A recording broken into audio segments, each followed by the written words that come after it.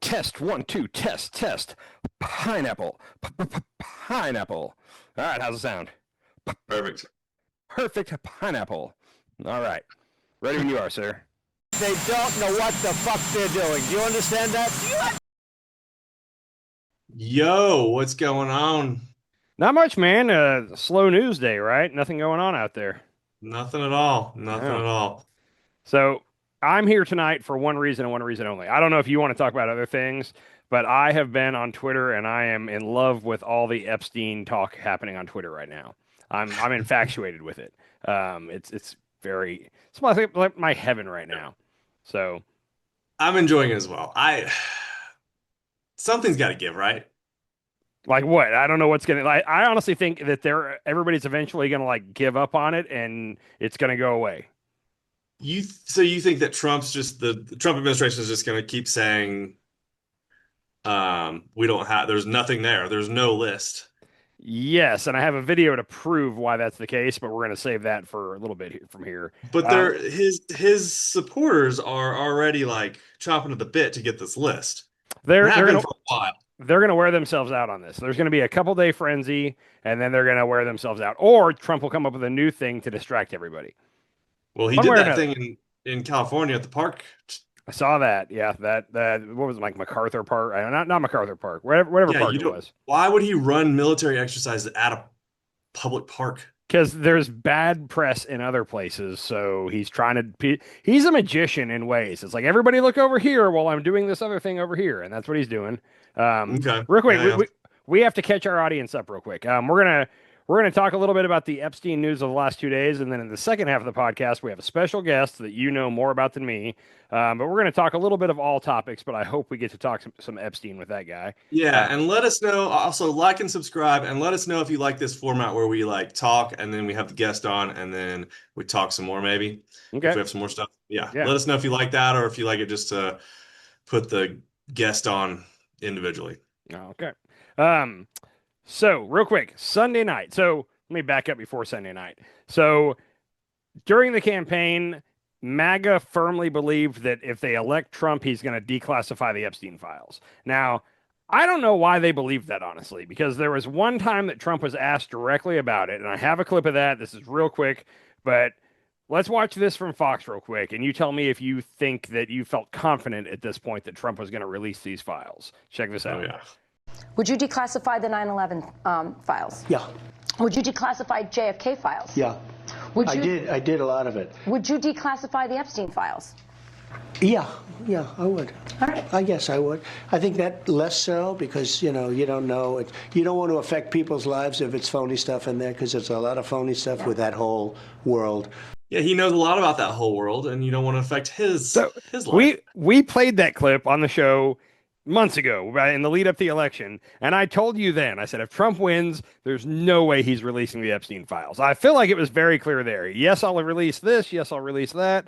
Ooh, Epstein, less so. You don't want to affect people. Like, no, he. Yeah. So the fact that anybody on the right was really thinking, oh, Trump's going to release them, like it's their fault. They allowed themselves to believe something for no good reason. Now, Well, the Cash. thing is, I feel like the MAGA right is really gung ho about the Dems are child rapists and sex slave traffickers, and Trump's in there trying to fight. And this is like, there's people that Yeah. think that this is like a superhero, and they're trying to like just destroy the sex slave ring. Dude, my wife, I mentioned that all this was going on, and she was like, "Fill me in from the start." She knows a little bit about Epstein, but she was like, "Fill me in from the start." And I was like, "Well," and I kind of was giving her the gist, and I was like, "So the right is very convinced that like Bill Clinton, Tom Hanks, Oprah, Ellen DeGeneres, and like as I was naming these names, her face got really confused, and she was like, "Huh?" And I was like, "Yeah." I was like, "They think all these people were involved," and she was like, "Why Tom Hanks?" And I thought about, I was like, you know what? Why Tom Hanks? I don't really know. So I went and looked, and remember he was one of the first famous people to get COVID. Him and his wife got COVID, and they were on TV, and they were talking about how it's real and this and that. And then when the vaccine came out, he said a couple times on a couple different shows that he thinks people should get the vaccine. So Tom Hanks is an enemy of Trump in the right's mind. I wouldn't have said that Tom Hanks is a major resistance figure, but in their mind, Oprah, But because how do you correlate being a sex slave trafficker with COVID? anybody that crosses Trump or opposes Trump, I think that's like the ultimate thing is to go up. He's on the Epstein list. Like they pull out a flight Uh-oh. log that's been doctored. It's the ultimate. It's the ultimate diss you can do on your opponent. And that's why when Elon a couple weeks ago said, I'm going to drop the real nuclear bomb here, the reason they won't release him is because Trump's on the Epstein. Like that was a shot. Like to the right, that's like the ultimate thing. And he said it. So anyhow, Yeah. but yeah, so that's what it all comes down to is they've all been sure that when this list comes out, it's going to crush the Democrats. In reality, if first of all, I've said this a million times. There's not a client list. He didn't have a little black book. I don't know where people got this obsession with the fact that like he has a phone book, like a little black book with everybody's names in it. Like that's is all going to be stuff from court cases, like depositions and interviews. But if we could ever find out who all, do you think that there? Do you think he? You know, the number one rule about a conspiracy is you don't write down the conspiracy. Like that's a big deal. So if you're doing this, you don't have a little handwritten note of here's all the people I'm tricking into having underage sex with minors. Like you don't write that down, dude. Yeah, well, no, probably not. I mean, You I have know, a client list, and helps me keep track of well, people's phone numbers and you're not doing when I anything contact them illegal. last. And yeah, It's like if a drug dealer had a client list. Like we'd all be a little confused. Like why is my name on a piece of paper in your pocket? Like with all the other people you sell drugs to. Anyhow, Mm. um, sorry. I go on rages about this whole like they got to release the client list. Like now, if they really did have a list of all the people they could prove that either he tricked him into having sex or he recorded him having whatever it was, like I guarantee you that list would be a wide spectrum. Like we know that RFK has some connections and flew on the jet a couple times and all that. Even Peter Thiel apparently was on his calendar a lot. Like those two had lunches together frequently. Oh. Elon is surprisingly, Elon's one of the few people that appears to have steered clear of Epstein. If he didn't, he hit it real well because his name doesn't come up much.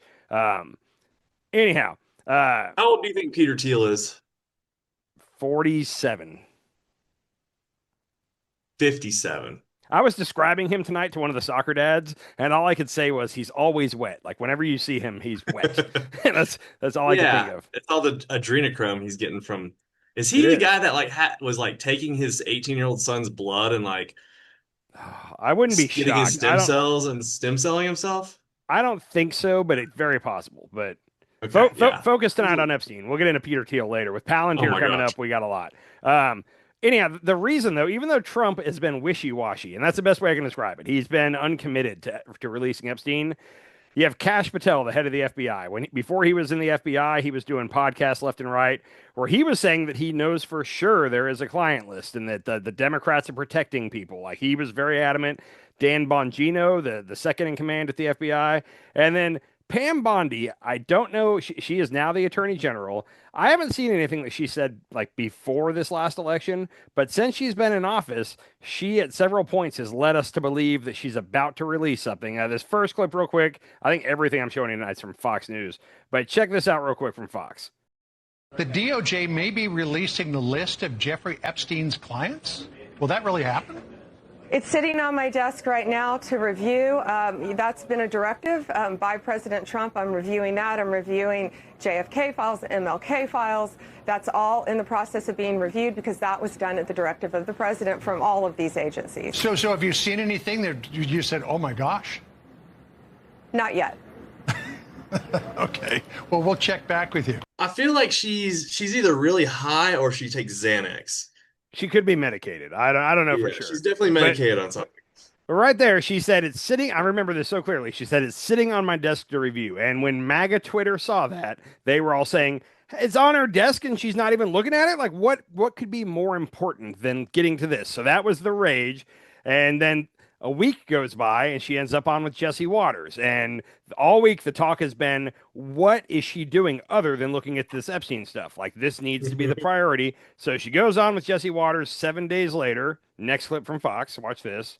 A lot of people are wondering, because you said last week that you have the Epstein files on your desk, is When can we see them, and what's taking so long to release them? I do. Jesse, there are well over, this will make you sick, 200 victims. 200. So we have, well over 250 actually. So we have to make sure that their identity is protected and their personal information.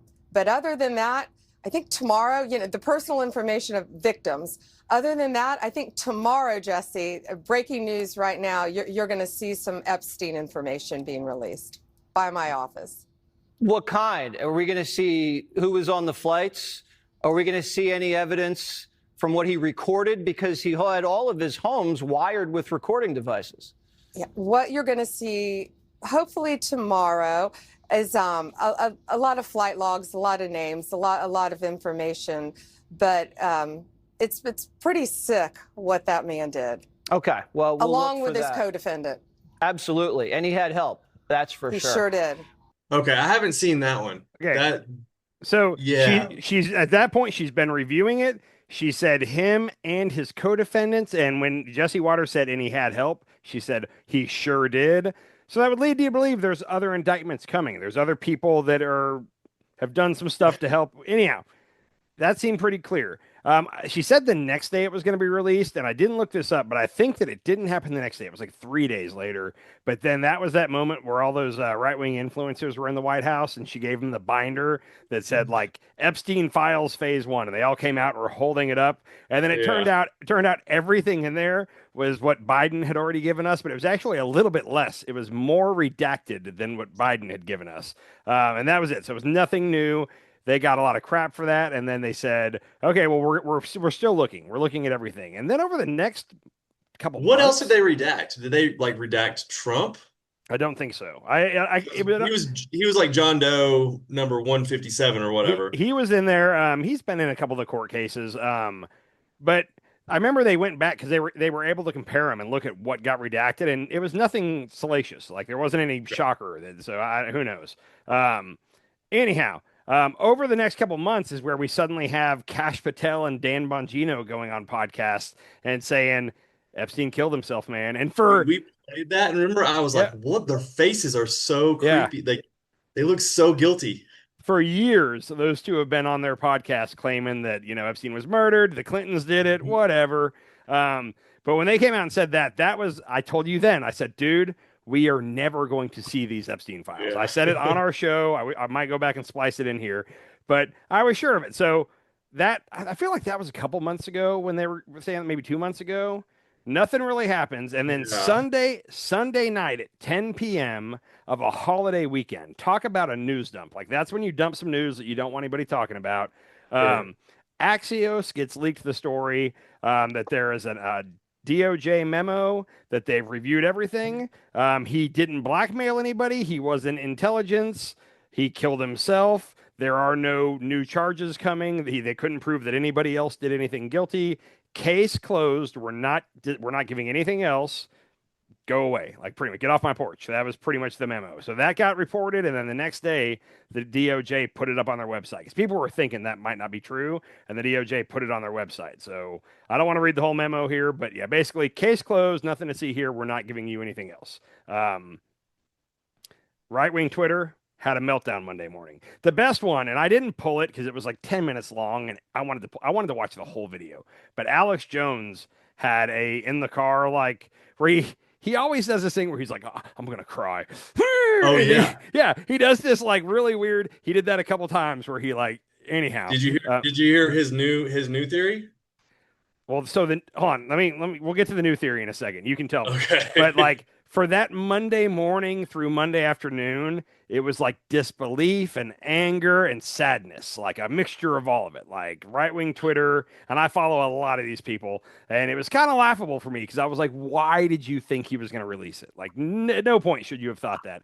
But then slowly Monday night, it started turning into like, Trump's playing 5D chess. Like he has the list and he's leveraging the list over the deep state and the Democrats to get things out of them, to get them to do things. I don't know. What did you hear? Yeah, that's exactly what Alex Jones is pitching now. Oh, so I didn't hear Alex Jones say it. I've seen a I lot of think people he was on. the first one. I think he was the original. He was like, because he did Yep. the whole crying rampage, and then there's another guy.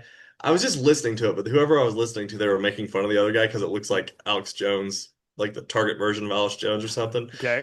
And Yeah. they were spitballing back and forth and was like, yeah, Trump has it, and he's holding it as leverage over the deep state and the Democrats, and Yep. he's gonna get what he wants. I don't know what he wants. He already got this big beautiful bill passed with everything he wanted in it. Dude, I wanted so badly tonight to pull. I had a soccer practice tonight, and everybody's. I'm gonna say everybody's Republican. I don't know how many of them are MAGA, but they're all Republican. And I wanted to like pull the group and be like, just tell me what y'all think about what's going on right now with Epstein. And I couldn't do it because I didn't want to start crap. But there's one soccer dad. You haven't met him, but you've seen him before.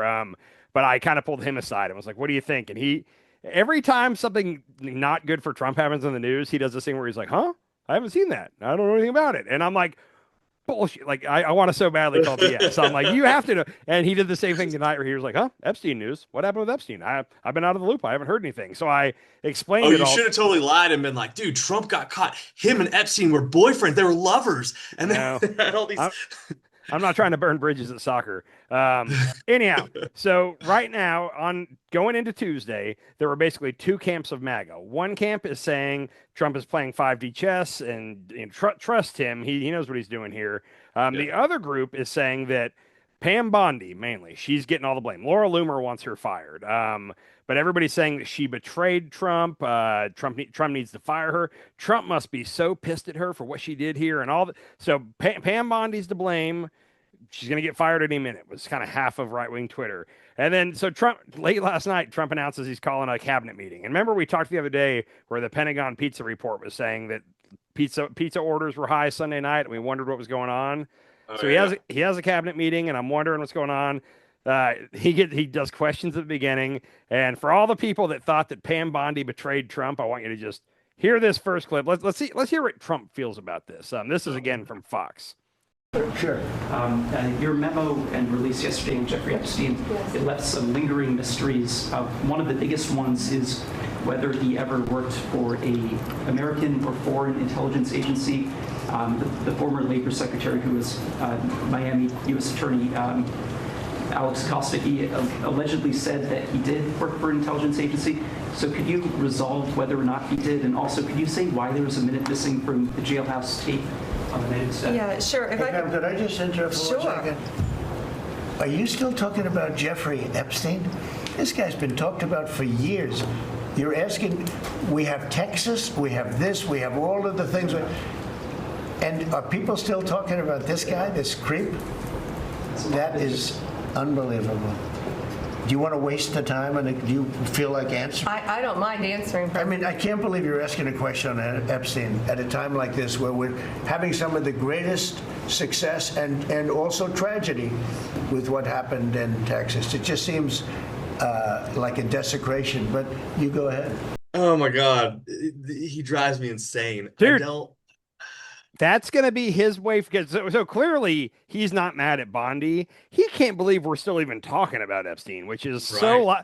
This is last year news. But I'm telling you right now, he's going to repeat that a couple times this week where he's going to go, I can't believe that anybody's even. And then MAGA is going to start going, oh, why does anybody even care about Epstein? What we should be talking about is the immigrants or whatever. And he is going to get them to move. It's going to be fantastic. Like, as far as like, wow, what control he has over the right, I guess. Okay. But like, I want to see, because we know several people that are Trump voters, maybe not MAGA, but Trump voters. I want to see how many of them follow the group, and if we have any of them that go, hold on a second, like, what about the Epstein stuff? Like, I don't think there's going to be many left behind. I think they're all just going to move on, and they're going to say the left is always trying to talk about Epstein. What? You're absolutely right. He's got them. It's 100% a cult. I mean, it is crazy. Did you see? I saw this one guy. His wife was Iranian. Deported? Yeah, the one that got deported. His Iranian wife was deported, and he was just like, "Well, it's for the best of the country." He voted for Trump, so he was like, "Well, both of them voted for Trump, and they're both just like, well, if this is what Trump wants, this is what Trump gets." And it's just like, dude, you were completely in a cult. Like, Snap out of it. What is It going on, people? we can't repeat it. So for the young people, they won't know what we're talking about. But remember the Chappelle show? His first episode had Clayton Bigsby, the black white supremacist, and at the end, it's like, and after learning about this, he divorced his wife. And I can't say the reason, Oh yeah, but like that's yeah, it's the same thing. It's like he's just yeah. he believes that shit, man. So anyhow, I'll say this: when Trump first said the whole like, I can't believe you guys are still talking about this. My first instinct was, wow, how tone deaf. That's the wrong approach. MAGA is going to stand up to him. And as the day went on, I didn't see it on Twitter at all. And I was just like, oh, no, they're just going to fall in line. Like, my hat's off to Trump. So last video real quick. And I like this because we saw all the videos of Pam Bondi on Fox earlier. Here's Pam Bondi today getting to answer the question about what's going on here. Sure, sure. First, to back up on that, in February, I did an interview on Fox, and it's been getting a lot of attention because I was asked a question about the client list, and my response was, it's sitting on my desk to be reviewed, meaning the file, along with the JFK, MLK files as well. That's what I meant by that.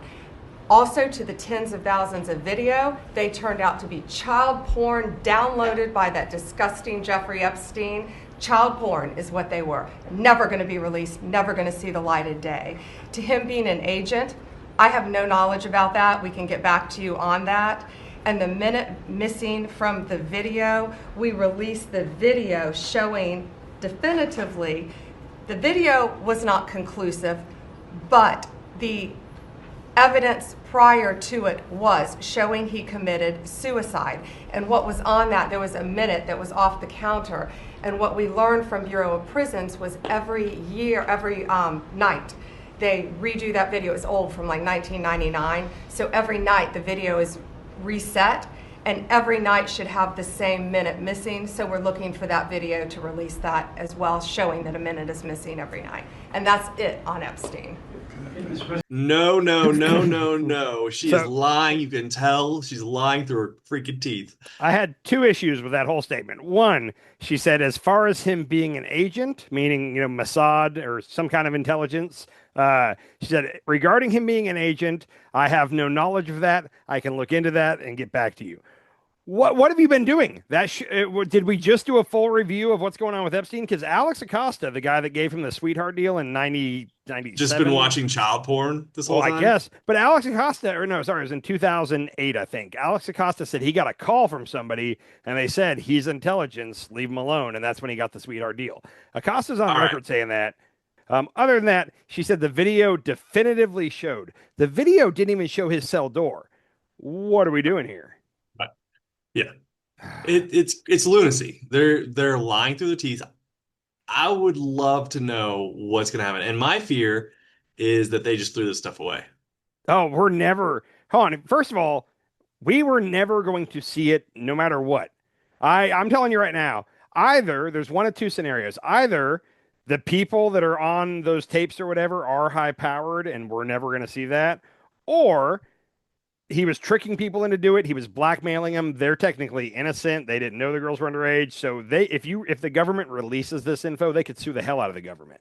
Like, the government can't release it unless they're making a case against you. All right, here's my uncle. Let's see what he's got to say. Okay. I was up. There we go. Oh, there we go. Do you hear what's me? up? We got you. Do you hear me? Yeah, nice. How you doing, gentlemen? Good. Okay, so real quick, what do I refer to you as? Is it Clarence or Junior?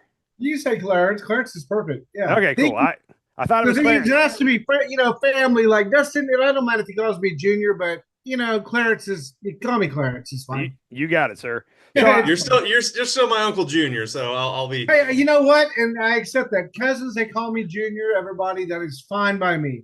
Nice. But if something that if an acquaintance or even other friends say, "Hey, Junior," it's kind of like, nah, you're not family. Family can only do it. Kind of, yeah, whatever. It's not that big. I got no problem going with Clarence. I will say, the only thing I really have heard about you is that you're an author, and is conspiracy theories like derogatory or? You know what? I mean, I really don't think it. I always kind of use it. It's somewhat of a pejorative, but I think it's kind of funny because, I can spend all day. How do you define conspiracy theory? Because not everybody has the same opinions. Hmm. And you throw an opinion out, you're always going to have someone that's a perceived expert saying, "Well, that may not be." So I don't know. It's kind of an open term for me. I also think that everybody believes in some conspiracy. Even the people that say, "Oh, I don't believe in conspiracy theories," if you drill down, there's something they believe, and so it's just a matter of where's the It's line. something questionable. I mean, I always give the historical example. Okay, get two historians that are PhD in their fields, and they're in the same field. Let's say the Battle of Stalingrad or something. Those two guys are not going to agree with each other on all the points. They're gonna throw out some speculation, or someone's going to say that's nothing but speculation. Someone's going to say this archive here. Someone's going to say that they're not going to agree with even the interpretation of things, and that's just human nature. And and to boil it down, when it comes to like historians and stuff, there's a lot of things, even in our own government. I will always use the example. There's a lot of things the U.S. government from World War One still has classified. You will never know about. Hmm. World War One still classified. Well, we were just talking about how the Epstein files are going to be classified for forever. My opinion is we're They never don't going to see exist that. anymore, supposedly. Yeah. Yeah. Real quick, I'd love to get your take on where we're at with Epstein right now. I just gave my long-winded take, but I'd like a fresh set of eyes on this. What are your thoughts? What do we got going on? I since the dawn of time in human history, there's always been political intrigue. There's always been manipulation and coercion. And I would say that, the British Empire did it when they did treaties with the Chinese and India. They would always have their meetings. They would lace their tea with opium to relax their guests and to work their magic to make it, more positive for their side, let's say. There's always been intelligence agencies, I think that are a big part of the show that entrap people. And they get you when you're a little kid. You're a kid in college going to some sorority party or some fraternity kid. Somebody has a camera and they film you banging. You're 3 away with underage girls or something like that. That stuff happens, and I think people get compromised by that. I think the entire system has been compromised. But I think we're at a level now where everybody's compromised. People don't even give a shit anymore almost. It's like, well, go ahead. I think that system of compromising people is also collapsing. It's a worldwide web of this. And that's like when people talk about like, oh, they're getting your data. It's like, they've got my data, whatever. They're gonna. And I think what you're saying is with Compromat. And back in 2016 Yes, and with that's a Trump, good term. I use that. We use that compromat all the time. That's more of a. That's actually a Soviet term, and we even actually used it in the intelligence agencies when I was in the military. That's what I was in back in the day, back in the 80s. Back in 2016 or 2015, 16 with the whole Russiagate stuff, that's when I first started hearing compromat. The Russians like to have compromat on people. And I remember there was a short period of time where it was like, whoa, like they're doing that? How could they do that? And then I think people quickly realized like, oh, every government's doing that. If you have the power to do that, you're doing that to other governments, even every government, everybody says, well, Trump's compromised. You know what? That may or may not be true, but if that is true also, then most everyone is. I would say even down to the state and local levels, people are compromised to an extent. Mm-hmm. And the thing is, what do you do when a paycheck is involved? When your life, I think it was a famous author, it was a Bernard Shaw, or someone said, when your life, basically your livelihood depends upon, not believing a certain opinion, you will never go against that opinion. Okay. Is that almost confirmation bias, or is that something different? Oh, it connects with it too. I think we're all guilty of that too in many ways. So, real quick, when you were talking about even down to the local level, is there a difference between being beholden to, say, a donor, a lobbyist, and then being compromised, or is being beholden to a donor pretty much being compromised? Is there a difference? You could probably categorize it that. There may be just levels to it. I would have to delve a little more into the definitions of things on that. Okay. But possibly, and I'd say local level. And you also have the open system of basically lobbyists and things like that. People that are getting the payoffs. The scientific community, I think, is even to an extent beholden to corporations and their funding. You Mhm. think they're going to publish results that go against what the corporation wants to hear? And that's something I've learned through Maha, but I guess most of the studies on these drugs, vaccines, or whatever are funded by the company that's making that drug or vaccine. Absolutely, and It's it's really I think it's it's funded by our taxpayers. Our Yeah, tax dollars fund those, really. but then the money the goes to U.S. tax Pfizer. dollars funds everything. Not anymore. USAID is gone, so hey, we're chipping away. You know what? But that's only 2% of it. That's Yeah, only 2% of the. I mean, of the whole. That was there was a. Honestly, I've always believed the fat needs to be trimmed. I don't know if it needed to be done that severely, but hey, I mean, I'm not sure. I have to do a little more research into it. But yeah. there's a lot of things that do need to be cut. There's a That's lot of agencies that need to be cut, and there's a lot of people sucking the federal teat that need to be cut off. I was a Republican most of my life. Like the idea of And good. yeah, no, sorry to interrupt you, but and that doesn't go just for the Democrat, that goes for the Republicans too. Hmm? There's a lot of people that are just getting all these windfalls. Hmm. All your politicians, your senators, your congressmen, and all that. I would say the corruption goes so deep. I don't even know if it could be fixed. I really Yeah, don't. And the compromising, compromise. I don't think it probably goes so deep that if the Epstein list and who really was on that, going back to the original topic, who is really on that, I think the whole system would collapse because everyone would be guilty. I think it'd be a mix of all groups, not just Democrats. Not it'd be left, It's right, and in between. everybody, and that Uh, probably includes Trump and Musk and Pelosi. I mean, everybody. Hmm. And Pelosi. they're kind of playing the game.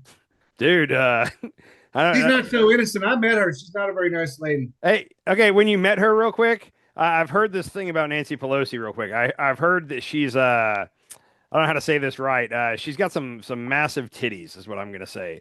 Actually, I don't remember that. I kind of knew she was. It was I worked at a restaurant called the Waterfront back in like '05 in San Francisco, and they had a big Democratic meeting because George W. Bush was in power and the whole Gulf War bullshit was going on, and Gulf War II, that is. And they had this big meeting, and I met Congressman Murphy, who I had like a 2 hour, 3 hour conversation with him. He kept coming back to me as a waiter and wanted to talk politics with me. And we were talking about everything here and there, and Pelosi was there, and I was actually waiting on her. She wasn't very friendly. That's all I have to say. I mean, I don't know her personally. Gavin Newsom showed up. He seemed to be hungover. It was the biggest Democratic thing going on. And I actually considered myself a Democrat somewhat at the time. Okay. So, Well, just sometime when you're bored, Google Nancy Pelosi boobs, and you'll see what I'm talking about. She's hiding some massive titties. Is all I'm Do gonna you say. ever do you ever see the photo of her with JFK? No, but I'm gonna Google it now. There's a black and white. This attractive girl. She's younger. Shaking the hand of JFK. There's one with Clinton too, which is interesting. Hold on. Interesting. So So diving more into She's been part of the. I'm sorry. Go ahead, Dustin. oh, you're good. Diving more into politics and the we kind of want to. I kind of talk to you about Israel. Okay, you're breaking up a little Yep. bit. Yeah, I lost you there. You're frozen too. I'm frozen. Yeah. Okay, you're back. Stop Googling Back. things. Stop looking at Oh yeah, porn. I wanted to ask you about the Israel lobby while we were on that subject of everybody being compromised. Oh boy. I mean, before you get started, let me say this. Up until about 6 months ago, when people would say, Israel controls our government, this and that, I was kind of not hearing that. Whatever, go away. And I have been officially sold on the whole APAC and Israel. I'm sliding deeply into that realm. So feel free to push me further, but that's where I'm at. Well, I mean, APAC is a very powerful organization. That's does the tail wag the dog, basically, is the question you're asking. So Yeah. do you think that the control it appears the Israeli government has over our politicians, do you think it's just straight APAC donations, APAC funding, or is there something else, compromise or anything else behind it, or is it just straight money? That's probably straight money, and probably, I mean, it could be a factor of things too. I mean, there's, I wouldn't say Israel and the lobby are 100% behind it. My own definitions on this, I call it ruling class dynamics. And basically, you've always had a ruling class in this world since the dawn of time. It shifted allegiances, it shifts people, and it goes back and forth, but it's still there. And you do have a global elite it's not a billionaire class, it's a trillionaire class.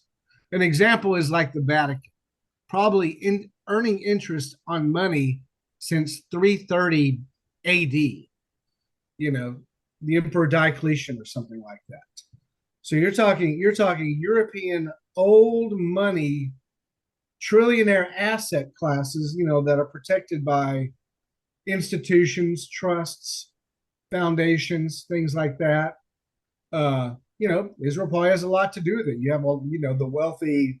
It was basically, who was it? The Rothschilds and things like that, running the banking system of England, or in charge of it. England and the control of the U.S. Federal Reserve, the global control, basically the Federal Reserve, supposedly, from what I've heard or read or things like that, has other people's international fingers within the Federal Reserve. I mean, not 100% sure. I've read things. I kind of more like entertain these thoughts than necessarily believe them. So, and I can just only give my, some of my interpretations on things. And a lot of times I'm not absolutely sure. Sometimes I read so much of this, I'm not sure. My head spins. There's so much going on. But, I will say one thing, though, and I think most people agree: the world is not run as it seems. There is definitely a lot of behind the scenes that, normal people, you and I, are college educated people and things like that. We don't know about these things. So, and it sounds, I'm not trying to put words in your mouth, so tell me if this is not correct, but it sounds like you'd be a believer that there is and I hate to use the word cabal, because I feel like cabal is really associated with QAnon now. But like, there's a global cabal of the ultra wealthy that are really pulling the strings and running things. Would that be a fair assessment of your thought or I not? would say they kind of always have in many Okay. ways. I would agree.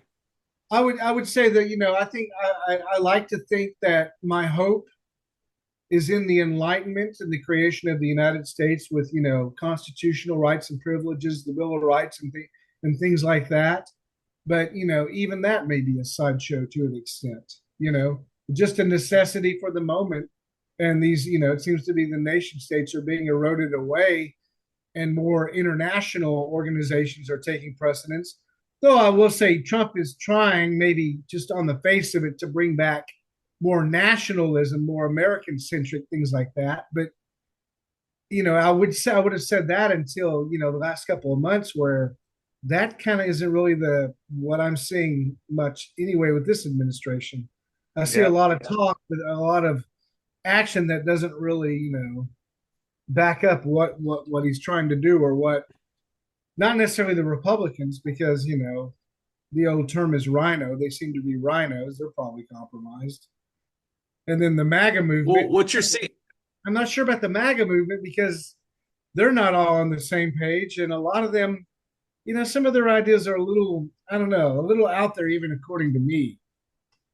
But like I say, what's interesting is, like, you're talking about the trillionaires running things behind the scenes. Well, it seems like the billionaires are trying to, like, get in front of the scenes. Like, how many of Trump's cabinet members are billionaires? And then you got Elon Musk trying to control elections. You got Peter Thiel stepping into the spotlight and doing all these interviews, and you got all these billionaires. I can agree. You've got maybe Bannon, he's not a trillionaire, but then again, on the flip side of it, that's the right. But on the left, you have Bill Gates, and you have Bezos of Amazon, more towards the left, and even Zuckerberg, which Zuckerberg's kind of an odd animal, because he kind of wants to kind of get in the game of the right a little bit lately, it seems. So I'm not really sure what's going on there.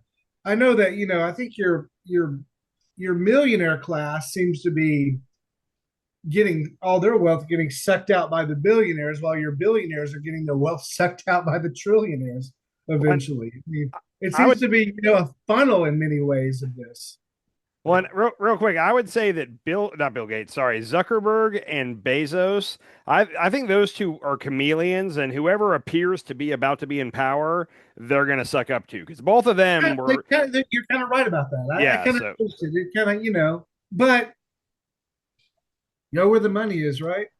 I think part of the thing with what we've seen recently with these billionaires, like forever, the rich have controlled things, and through buying judges, buying congressmen. I've got this politician in my pocket or whatever, but it was kind of behind the scenes, and you weren't brazen about it. And then something has happened.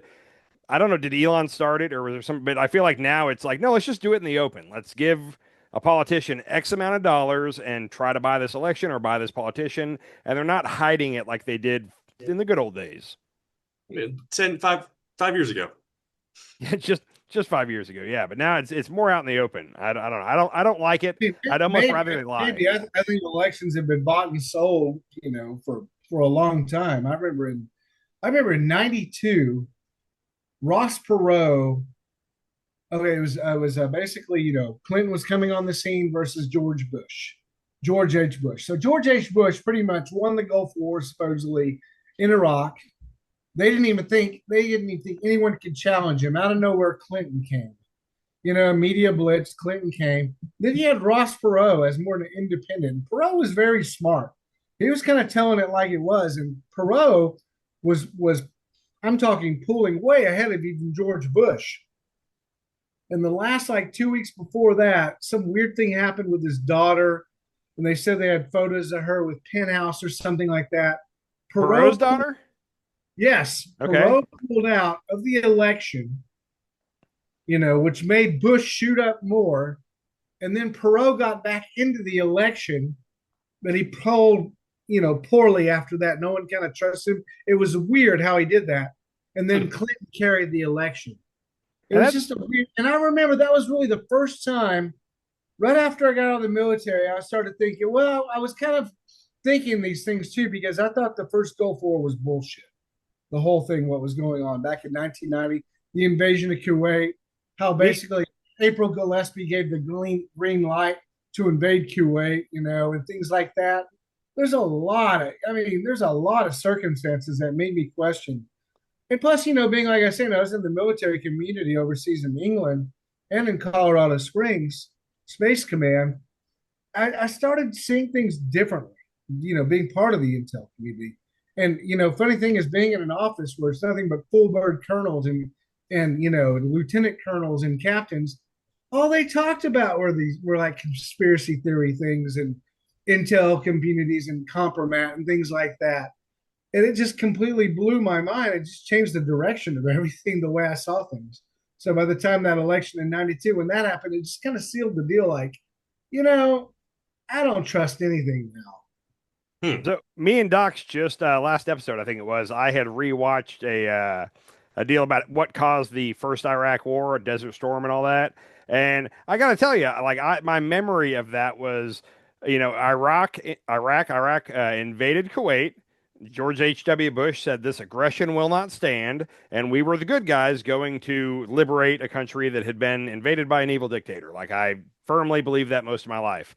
Yeah. Through one YouTube documentary, I flipped a lot, and I was like, oh, wow, like that seemed like an unnecessary war. Saddam Hussein, it appears from one documentary I watched, invaded Kuwait kind of as a precursor because he could see that Israel and the United States he was paranoid they were getting ready to make moves on him.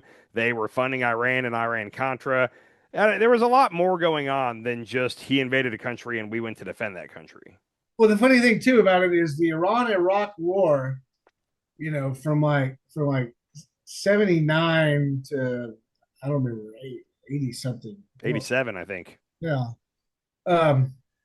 Basically, the U.S. funded both sides. They gave intelligence to Iraq and were giving arms to Iran. Yeah. And at one point, a Libyan newspaper broke the story of Iran, what turned out to be Iran-Contra. And at that point, Saddam Hussein realized that, they're funding both sides. They're trying to basically make us sit here and eliminate each other. That was one of the moments where he realized I need nukes in order to defend myself from America and Israel, and started racing towards that. And then, Israel bombed him in '81 with their F-16s, their nuclear program. Yep. Yeah. If you look up a famous photo, it's 1984. It's Donald Rumsfeld and Saddam Hussein shaking hands. Oh, it's fun when you, Did you just say that Israel used nukes on them? no, they No, bombed they their bombed their nuclear nuclear facility. reactor in Oh, 81. gotcha, Yeah. gotcha, gotcha. Yeah, and And Saddam. see, Israel invaded also Lebanon at that time, and they're having a hard time in Lebanon. So the U.S. got involved, and basically we put troops in Beirut, Lebanon, and one of our barracks exploded in '83, killed like 260 people or more. And they blamed it on like Hezbollah or one of the organizations or something like that. There's a little controversy with that one too. And then you had like the USS Iowa, a reconstituted battleship, shooting into Muslim neighborhoods in Lebanon, just shelling and killing civilians and stuff. Yeah, It was a mess. there's a Reagan lot of pulled us out. there's a lot of stuff from back in that era. A lot of it involving Israel. That when you look back on it, that what was it? Was it the USS Liberty? I believe the ship that was off the coast of it. That was in '80. I think that was in '67. Yeah, and I don't know if you know those docs, but That's off the coast of Egypt. There was the Egyptian Israel is it was basically the that was it the 6 Day War in '67? But I yeah, think it was. basically we had an intelligence ship over there off of Egypt that was attacked. Yes. Yeah, it was attacked by Israel.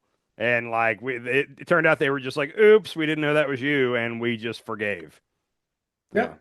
Yeah, Of course. They basically they said they were under attack and they had a carrier task force in the region that launched fighters to go help them out, and they were recalled by the president.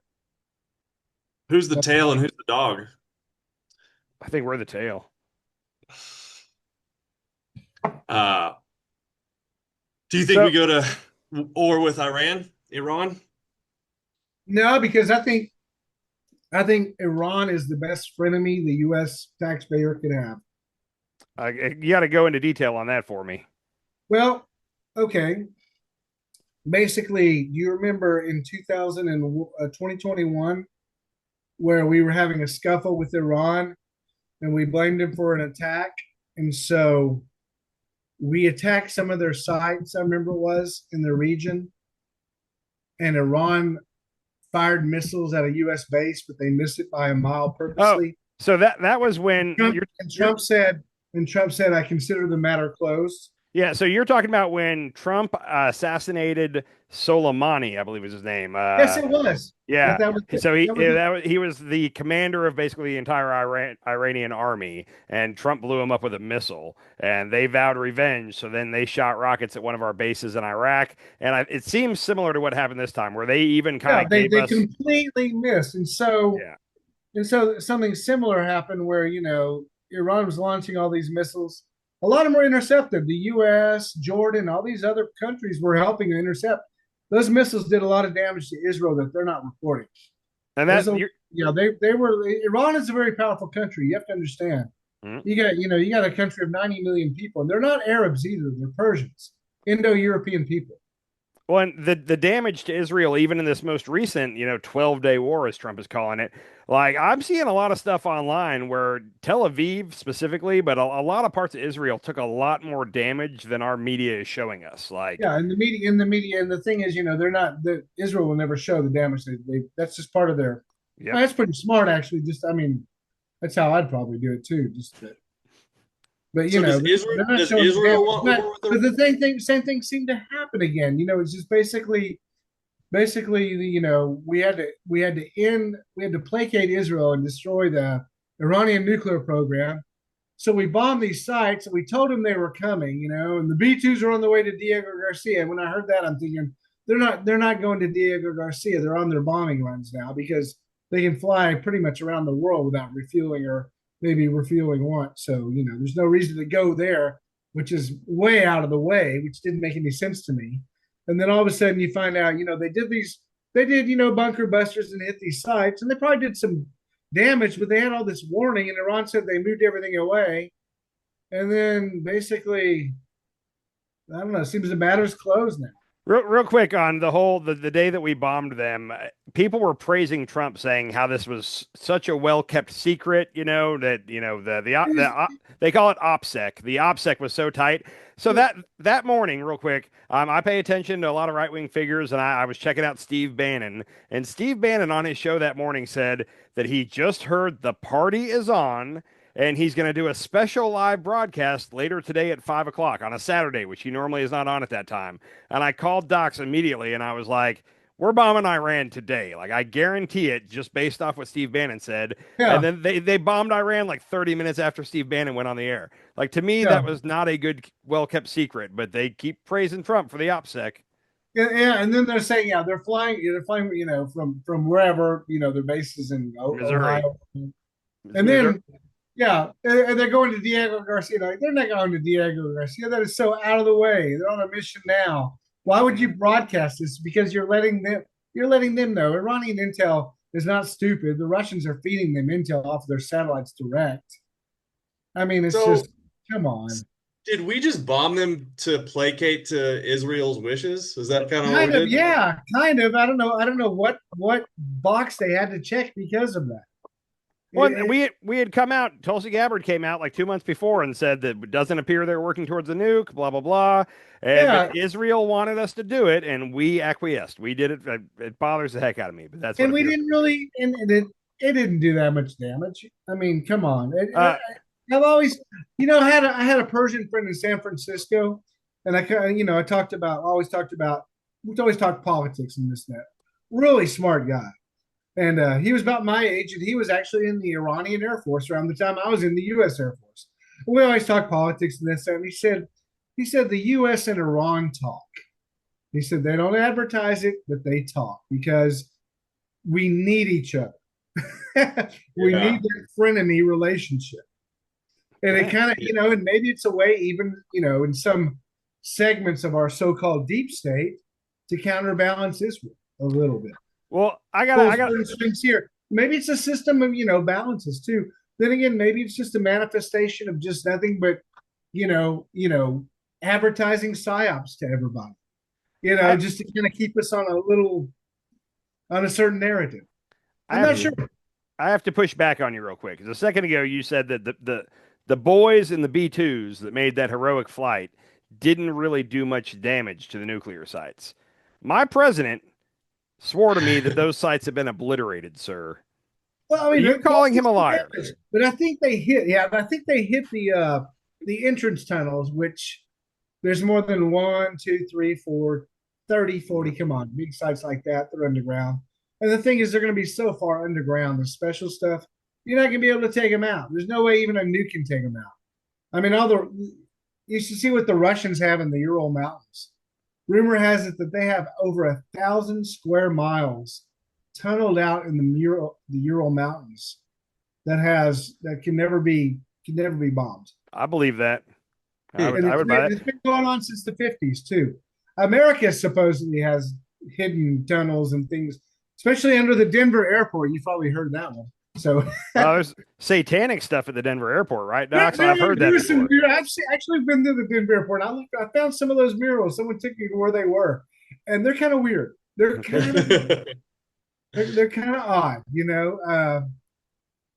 Well, they just renovated, so I hope maybe Oh, they if got you rid even of. noticed too, if you ever watch, the movie, it was Die Hard 2, how they go and get something done at the airport.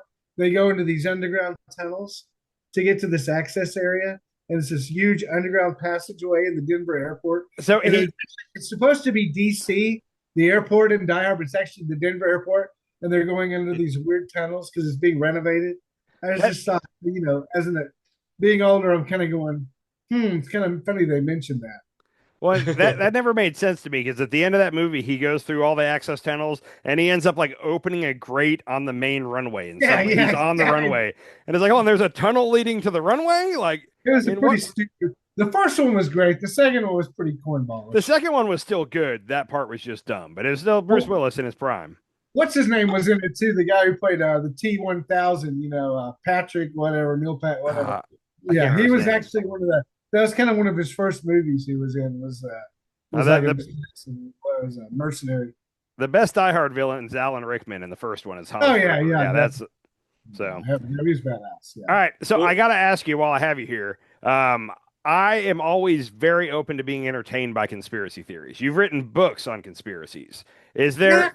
it's not. Yeah, it's not really. It's kind of like what you said.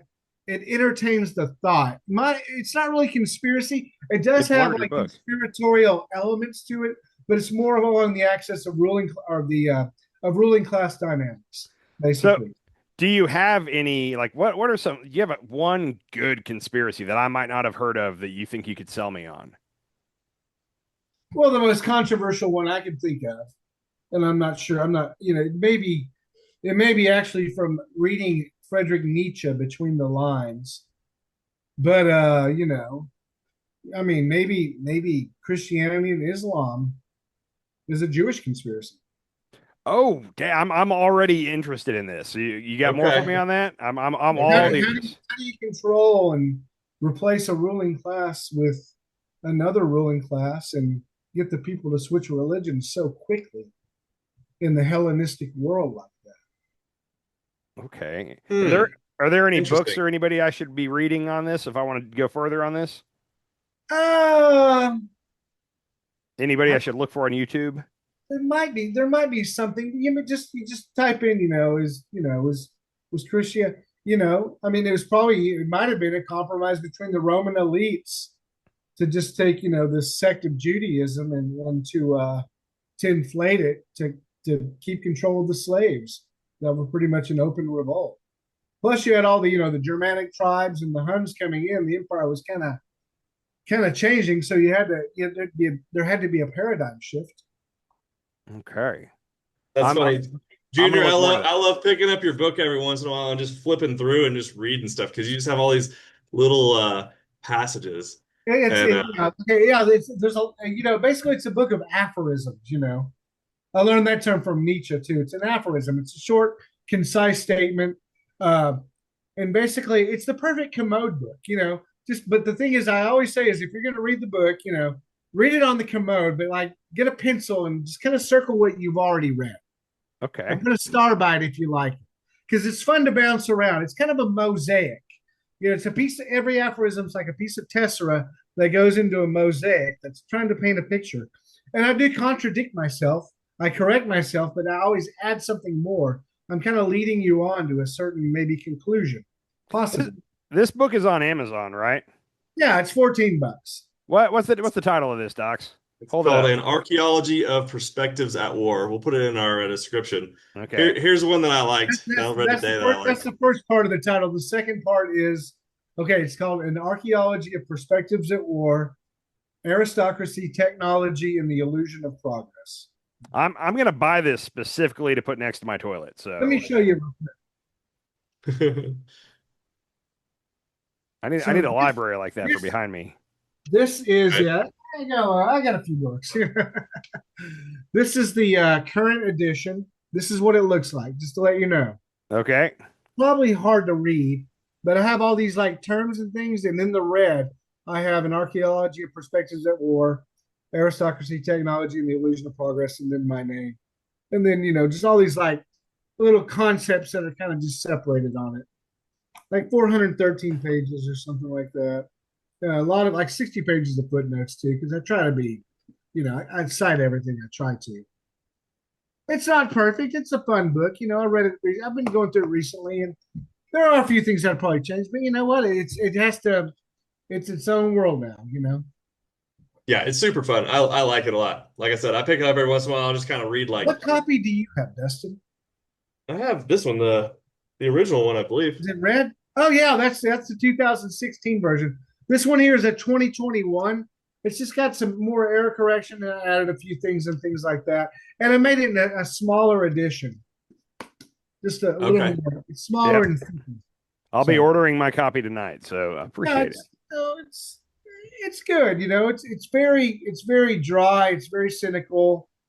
It's very snobbish too. It's almost snobby elitist, but that's kind of my sense of humor with when I was writing the book.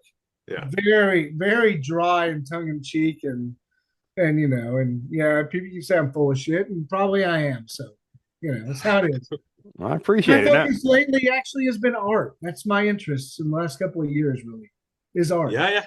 You just had a painting, and show. things like that. So You just had a show. Actually, I don't know why my black background's burned. I don't know how it got to be blurred, but yeah, you just had a show. yeah, Uh, I took part in the exhibition first time it's an because I mean, ongoing exhibition, right? yeah, I sold a piece, thank God, and hopefully I can sell some more. I I look at art as my escape because sometimes when it comes to reading and knowledge and politics and current events, you get a little trapped in your own headspace. And Okay. the way I want to get away from it, to get away from myself, my own perspectives, is to delve into art. And I promised myself going into art, I'd be very open minded, very polite. If I see art I don't like, or if it's a politics that I don't agree with, or just male penises poking me in the face or something, and all that, I'm not gonna, I'm gonna be more, if I don't like, my reactions will be like, that's interesting. Tell me about this. I want to know. You know what I'm saying? I promise not to be judgmental or openly critical when it comes to the realm of art. hey, kid, I want to go down one road with you real quick, because you said a couple things earlier that kind of triggered in my mind my favorite of the most recent conspiracy theories. Yes. Are you involved at all, or do you know anything about the whole QAnon stuff that was going on for God, what, 4 or 5 years? I've studied it for about 5 years. I've kind of followed and read some of this stuff. And it just seemed, honestly, it just seemed like, I don't know, it just seemed like intelligence agency stuff. It just seemed like someone was an ex-intelligence agency, and he got a bunch of his ex-intelligence agency friends together, and they just started fucking with people, kind of telling people what they want to hear. So there is a HBO documentary on QAnon, and I think it's called Into the Storm, and it's like 5 episodes long. It's fantastically done.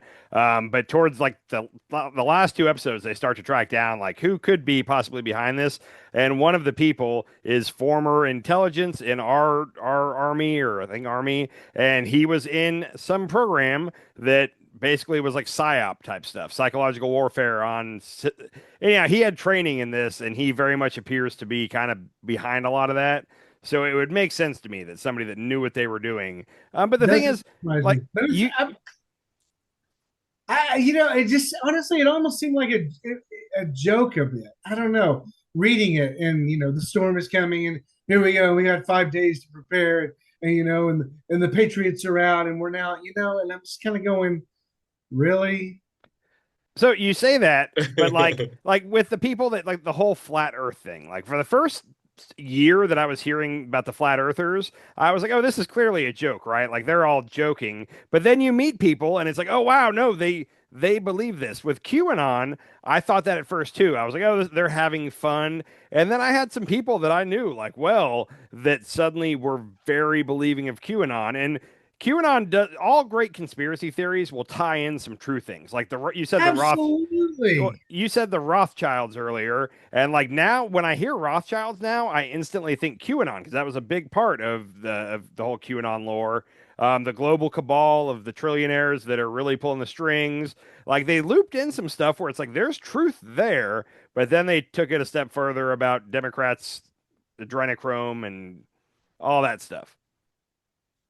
Have you ever heard of the Lyndon LaRouche Society? I don't Or I don't know what that is. his name is LaRouche, Larou. He's kind of a, I don't know he was a CEO or someone, but he has actually a foundation that's pretty big, and they're pretty big in the 90s too. So their conspiracy thing has to do with England and the Dutch banks in the Netherlands and how they run things. Hmm. Basically, so in America, you have what was called back in the day the Anglo-American establishment, where the ruling class of America until about maybe the 1960s or 70s predominantly is white Anglo-Saxon Protestants. Are you familiar with that? I'm not. So you know what a white Anglo-Saxon Protestant is, don't you? A white Anglo-Saxon A Protestant? WASP. You ever heard of the term? He's a WASP. I have not heard of that. So white Anglo-Saxon Protestant, basically the Mayflower Club. Okay, People, so people who are descendants of the Mayflower, George Washington, basically the old English establishment of the Northeast that used to run this country. FDR, every president pretty much even until now, to an extent, has been a loss. Maybe Kennedy's an exception and Biden's an Well, because exception. Kennedy was Catholic, Biden's Catholic. Right. Is that all we've had as Protestants and Catholics, pretty much? It's always been Protestant, though. Okay. Saxon Protestant. Washington, What about Adams, Trump? Monroe. Well, he's more Scotch German, but that kind of counts too. Okay. So you've never really heard of WASPs I because haven't. at the time it was terminology even used until the 70s. I heard it as a kid many times that he's a WASP. He's a WAP because he's Italian, but he's a WASP because he's from New Hampshire and he's the old aristocracy, old money, a WASP. Okay. So basically, the WASP have a connection to the mother country, England, too, to an extent. That's why we went to war in World War One and World War Two. The majority population of America was actually German at the time, by descent. We They had didn't- a. They didn't want to go to war with Germany in the First World War and the Second. And the Anglo-American establishment, the WASPs, Bush was a WASP, definitely, both of them, basically, had us protect England. One, but so a couple points on that. One, So like write down. First of all, we'll do a little further study. Just write down WASP, W.ASP, and find out what it means and what it. It's part of the old elite club. I got it pulled up on my computer here, and I got LaRouche too. He looks like an interesting character. But he kind of goes to like the Dutch Bank in the Netherlands and stuff like that. Okay, what was the flag of the United States during the Revolutionary War? That was just the star, or it wasn't the stars and bars because so the 13 colonies. It was like a circle with stars in it, wasn't it? Was it the Susan B. Anthony flag? 1776 onward. That's like 1777 or 1778. I don't know. Okay, it was a circle with stars in it, wasn't it? Oh, that was the Betsy Ross one. It had the 13 red and white stripes, but where the stars was the English flag at the time. Oh, that was the Revolutionary War flag that George Washington fought under. Interesting. It wasn't, and there were other variations too. You don't tread on me and all that, but those were more like localized New Hampshire and stuff like that. But the Continental, like the Articles of Confederation, the United States of America, fighting these battles were flying under that flag. I see it. So, do you think Trump is kind of? Do you see it? I see. I'm looking at it right now. Yeah. Now, did you know that's also the almost identical flag to the Dutch East Indies Company of England? I did not know that. And I'm trying to. Is it Australia or somebody? Doesn't Australia have a real quick? Doesn't Australia have a similar flag to the one we carried during the Revolutionary? Am I wrong? Australia and New Zealand have flags, but they have different star placements on there. But they have a little flag there. But they have stars on there too in the blue flag. Hold on. Let me. Dutch East Indies flag. Okay. Dutch East Indies flag popped right up here. Okay. Yep. Similar. They've had a couple different flags. It looks like. But if you notice, one of them is the very similar to the American flag too. Yeah. Flag of the East India Company is exact. It's just a different. It's a different number of bars, but still, it's the same thing. Yeah. So hold on. Let me back you up real quick. First of all, before World War II, I was amazed to learn recently that we had like a rather large American Nazi party here, like in the 30s. We had a big one, but getting us into World War I was the sinking of the Lusitania. World War II was Pearl Harbor.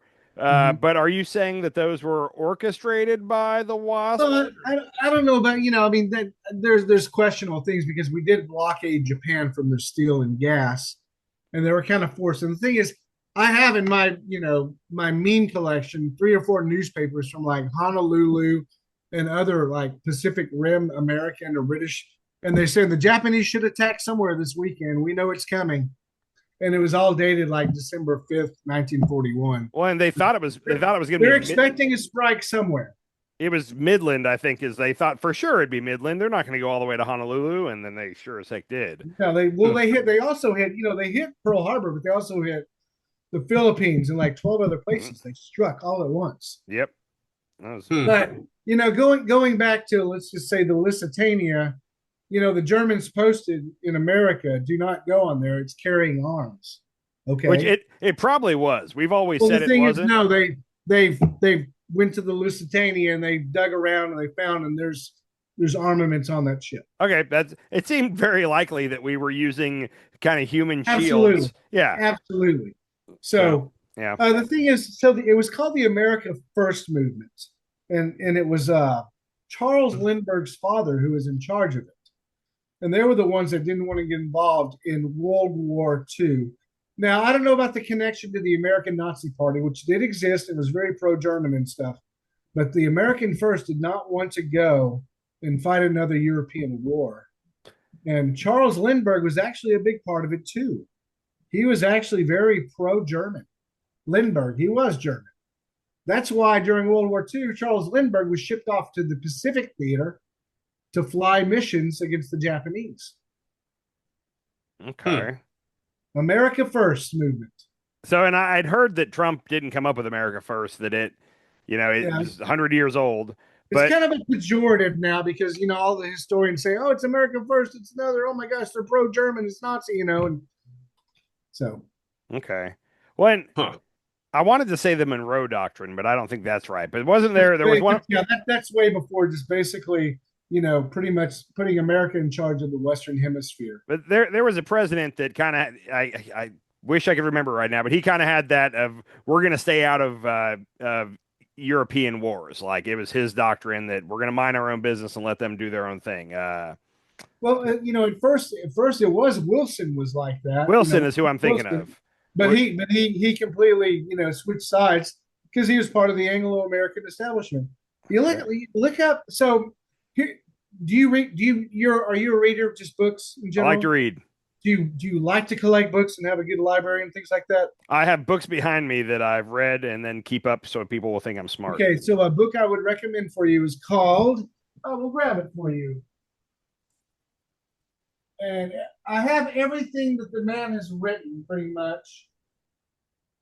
But I would definitely recommend. Well, fuck shit. Where is I'll tell you. So it's a professor from Georgetown University named Carroll Quigley. Carol? Carroll Quigley.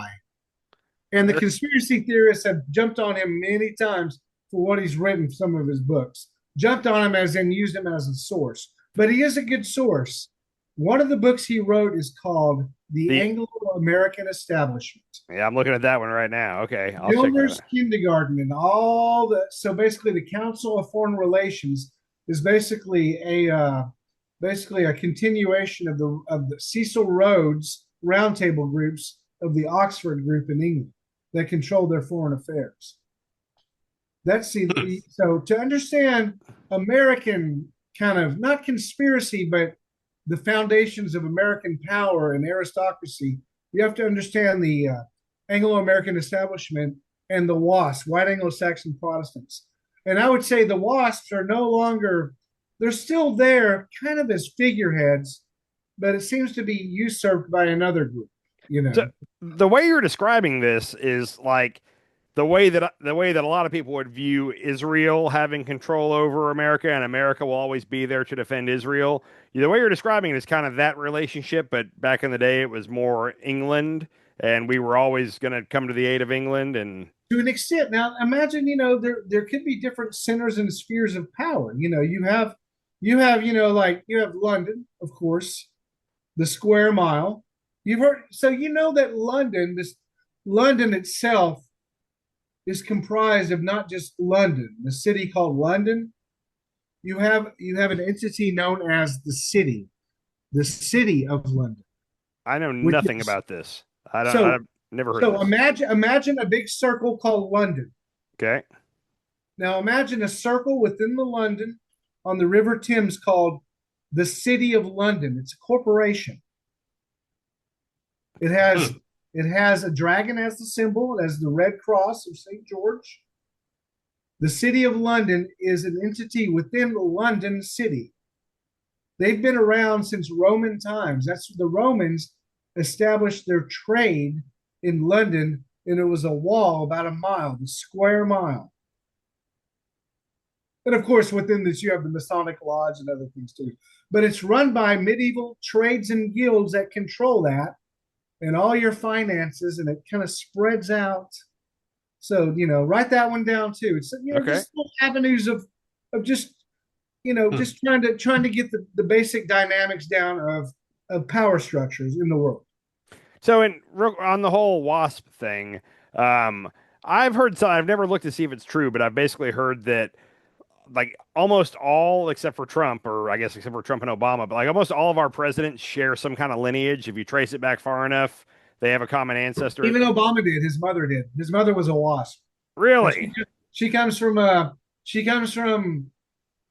definitely upper middle class, upper class background. So Trump is the first, I think, as I heard it, Trump is the first that's not in this family lineage. I think he is indirectly. He's Scottish Okay. too. The Scottish have a claim on the throne, and they've had actually Scottish kings of England too, and things like that. So he's part of the club. Okay.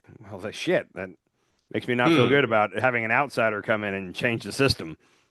No, I mean he's definitely well. Kennedy and Biden, but even Biden maybe on his mother's side. Kennedy was kind of the outsider. Some conspiracies say it was the killing of the Catholic king, which is like a Masonic ritual in Dallas at the 33rd degree parallel and stuff, So which is it's kind of interesting. I don't know if I believe it or not, but I'm just saying there's so many layers and levels, and who knows if it's like I entertain these thoughts, but I don't necessarily believe them. But I'll talk about them all day long.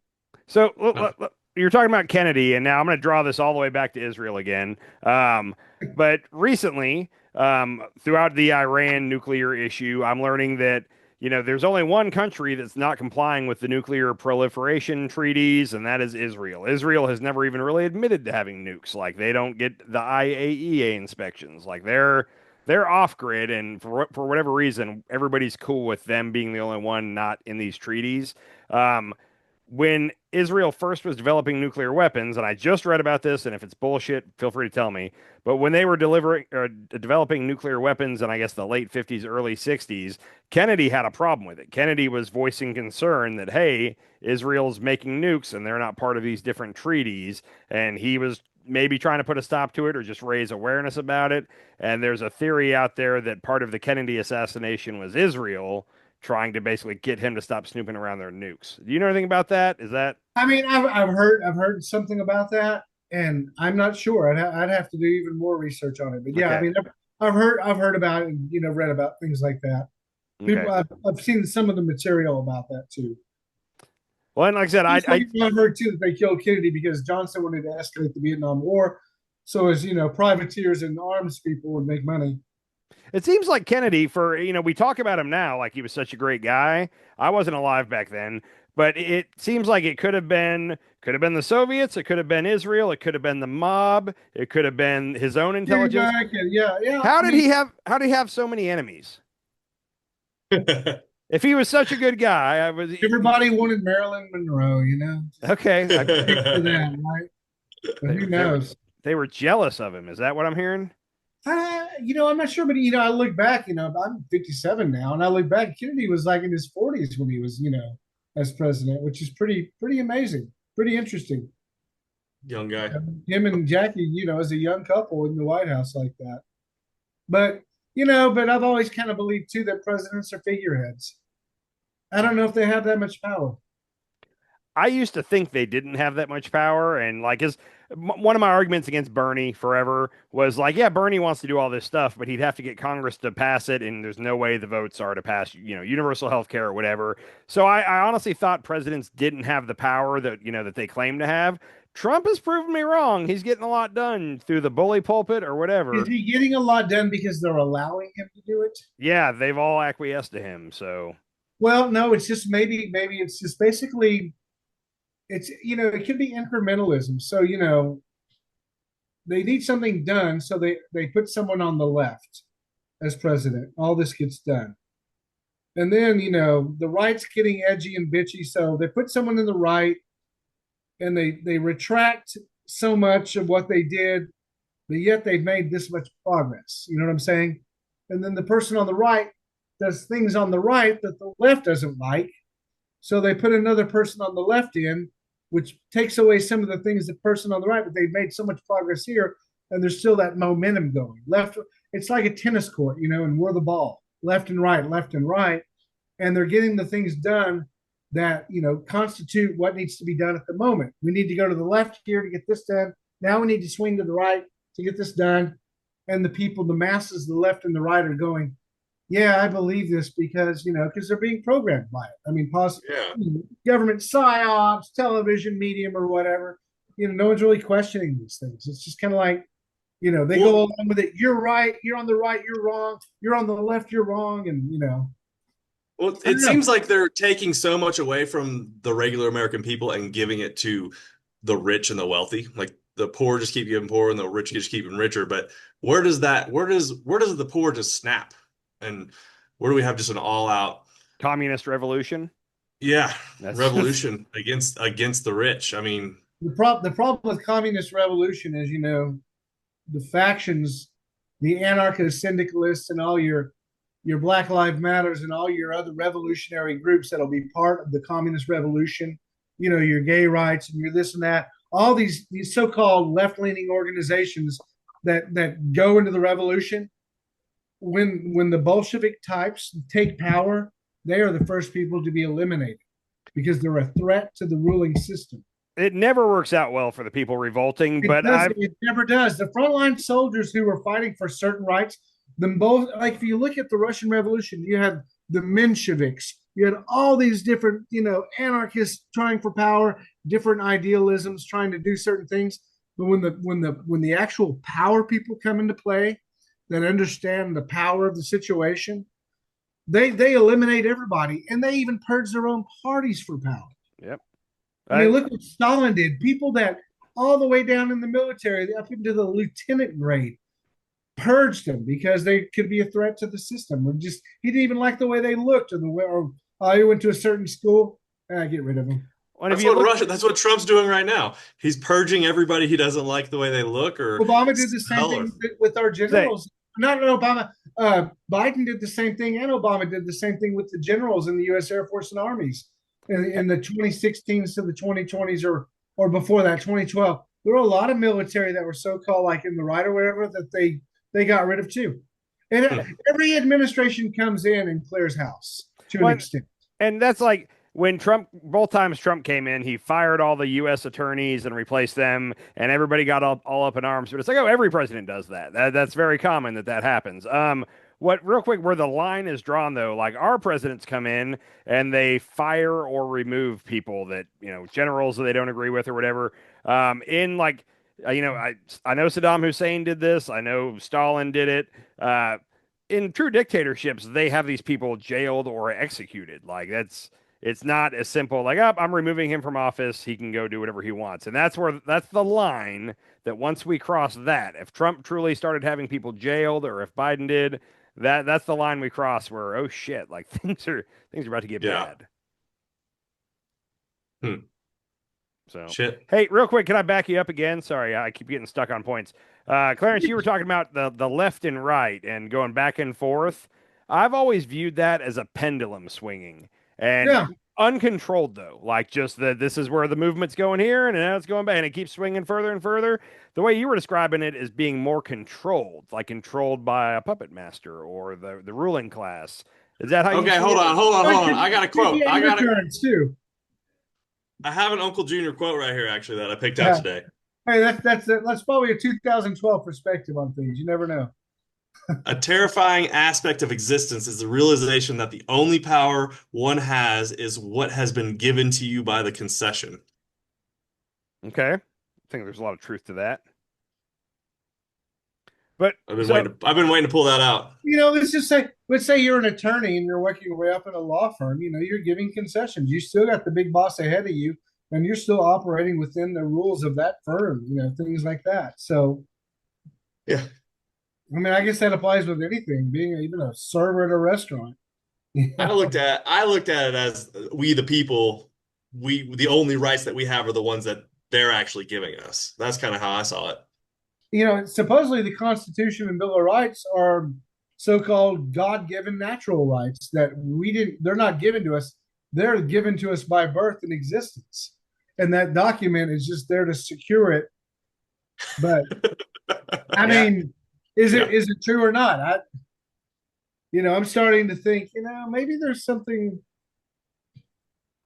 Something to play about this. As a gun owner who loves his guns, I've always had a hard time with some of those where it's like God wanted to make sure that I had the right to keep and bear arms. Like I don't think God was thinking about guns at that point. I don't know. Maybe I'm wrong.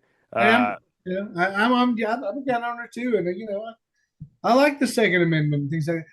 And the thing is, to me, there's a lot of balance. I mean, it's like I like gun owners, but then I'm suspicious of the guy who has 500 guns in his house, and all he talks about, it's like, dude, chill out a little bit. You need to, get a little balance in your life. It doesn't, to me, firearms are, for defense and things like that. I don't need to let anybody know I have one. I don't need to wear it in public. You know what I'm saying? I don't need to walk around Austin with an AR on my back trying to show off like that. And there are a lot of people like that when it comes to it. And there are a lot of people, the first thing they do when something goes wrong, they pull out a gun. It's like, no.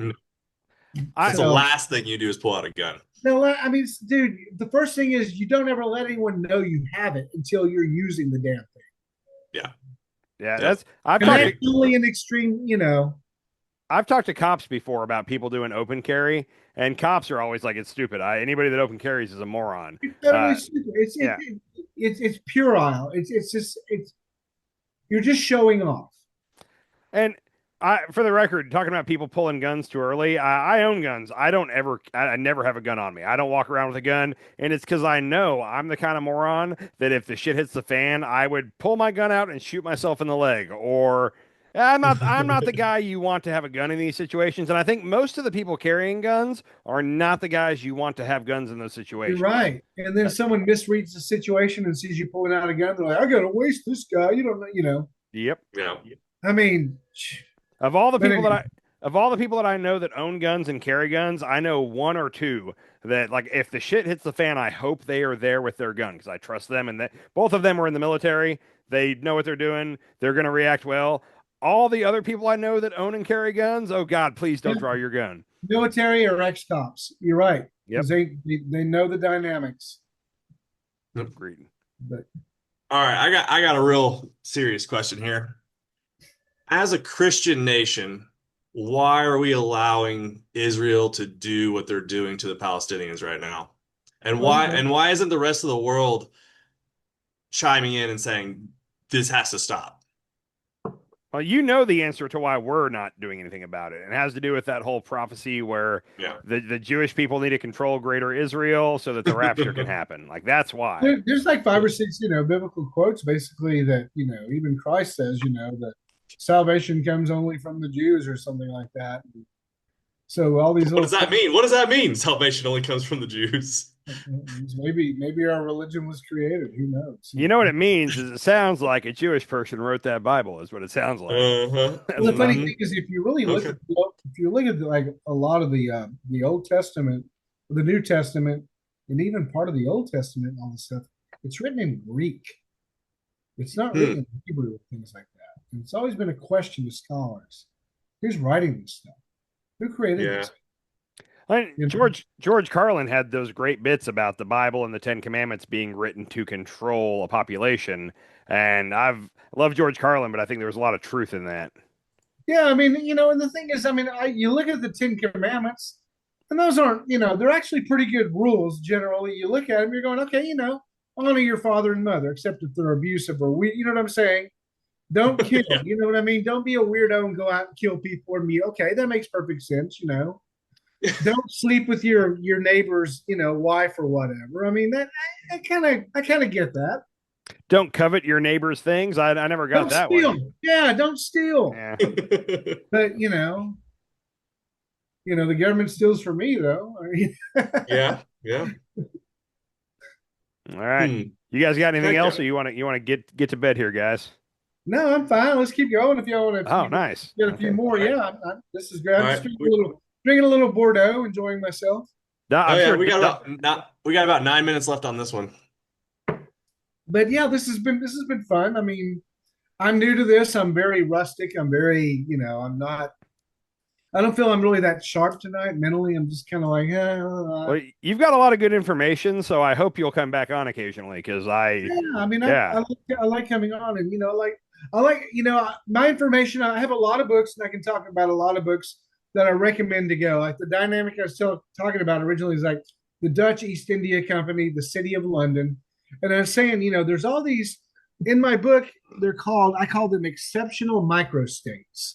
So you have the City of London in England, inside of London.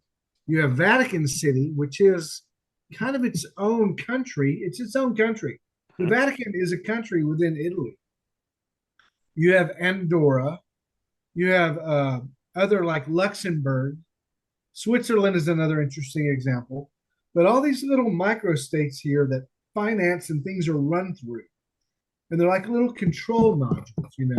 New York City definitely is one of them too. Financial center of the world, they say. New York City, London, Rome, maybe even Tel Aviv, and I don't know if there's one overall controlling aspect of these things that you have departments and they kind of compete with each other. And I was talking about the Anglo-American establishment. So have you ever heard of the Five Eyes? It's in a movie. It's in a movie that I've seen, but I can't tell you anything So, about it. during 9/11, I remember when Oh, 9/11. time out. The Five Eyes is the intelligence. It's us, England, Australia for some reason, Israel. No, No, okay, hold on. no. England, Australia. Shit, is France in there?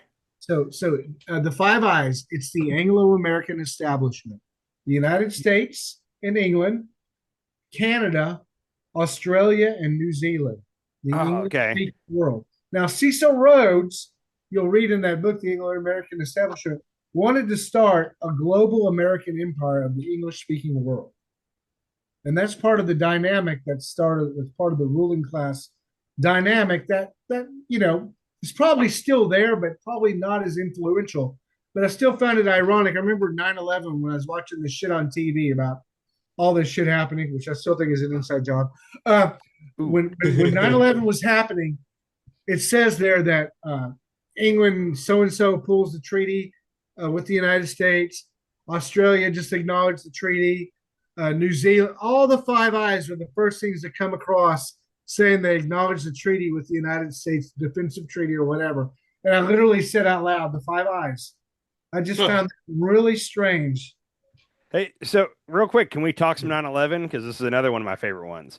Um, when you say it's an inside job, can you go in like, do you think that, because here's what I've always said. I could see that like maybe we had some intelligence this was going to happen and we didn't stop it. Or do you think that like we trained those pilots? Or do you think that like there were never planes at all and we blew the buildings up? Like, where are you on the Um, spectrum? on the spectrum is, you know, 9/11 was, I remember watching it and I remember thinking to myself as it was pretty much going on, I was a little bit, a few minutes late after all the stuff, thinking to myself, I was thinking this is way too convenient, and I was thinking we're going to war. And then I started really thinking about that, what? I think this was planned. And I remember the day one I was talking about it to people when I was working in Emeryville, California, the computer security with this whole office. And I'm just like, something just doesn't add up about all this. Finding the passports, Oh yeah. you've heard of Building 7 going down on its own. And just, the whole, if you watch the slow motion, you see they claim that, some engineers saying that there's charges going off. But it's just, it just, to me, it just doesn't add up. The whole So hijacking of the planes and How did they find the passports? That's a really weird one. well, the thing is, 9/11 happens, and what do? We start bombing Afghanistan, and we eventually go to war with Iraq, which had nothing to do with the Saudi people who How attacked. much t how much time before 9/11 was Netanyahu in front of Congress? Do you know that they were actually raising Palestinian homes the night before? They were having Israel and Palestine were having another scuffle about 2 or 3 days, or even during that time. before 9/11. There's a lot of stuff going on. So real quick, do you think that And do you remember the $3 trillion Donald Rumsfeld said was missing from the yeah, Pentagon? it was right And it was before the it. day before 9/11, and that well, they say supposedly the offices were hit by the missile or plane that hit it. I don't know if that's true or not. So, But but real quick, do you think why that did they confiscate all the videotapes of the Pentagon where literally they showed the Pentagon in the background for all the gas stations and all the overpasses where the plane flew and hit? Confiscated, you'll never see it again. and the only one I've seen is that security camera that was like at the gate or You see a whatever. blur and you see a boom. Yeah. So hold on, let me get this straight. Do you think that planes hit the World Trade Center, or do you think that there were never any planes at all to begin with? I think they were planes, but I think they were remotely controlled. Okay, so Well, you then ever notice the two flashes?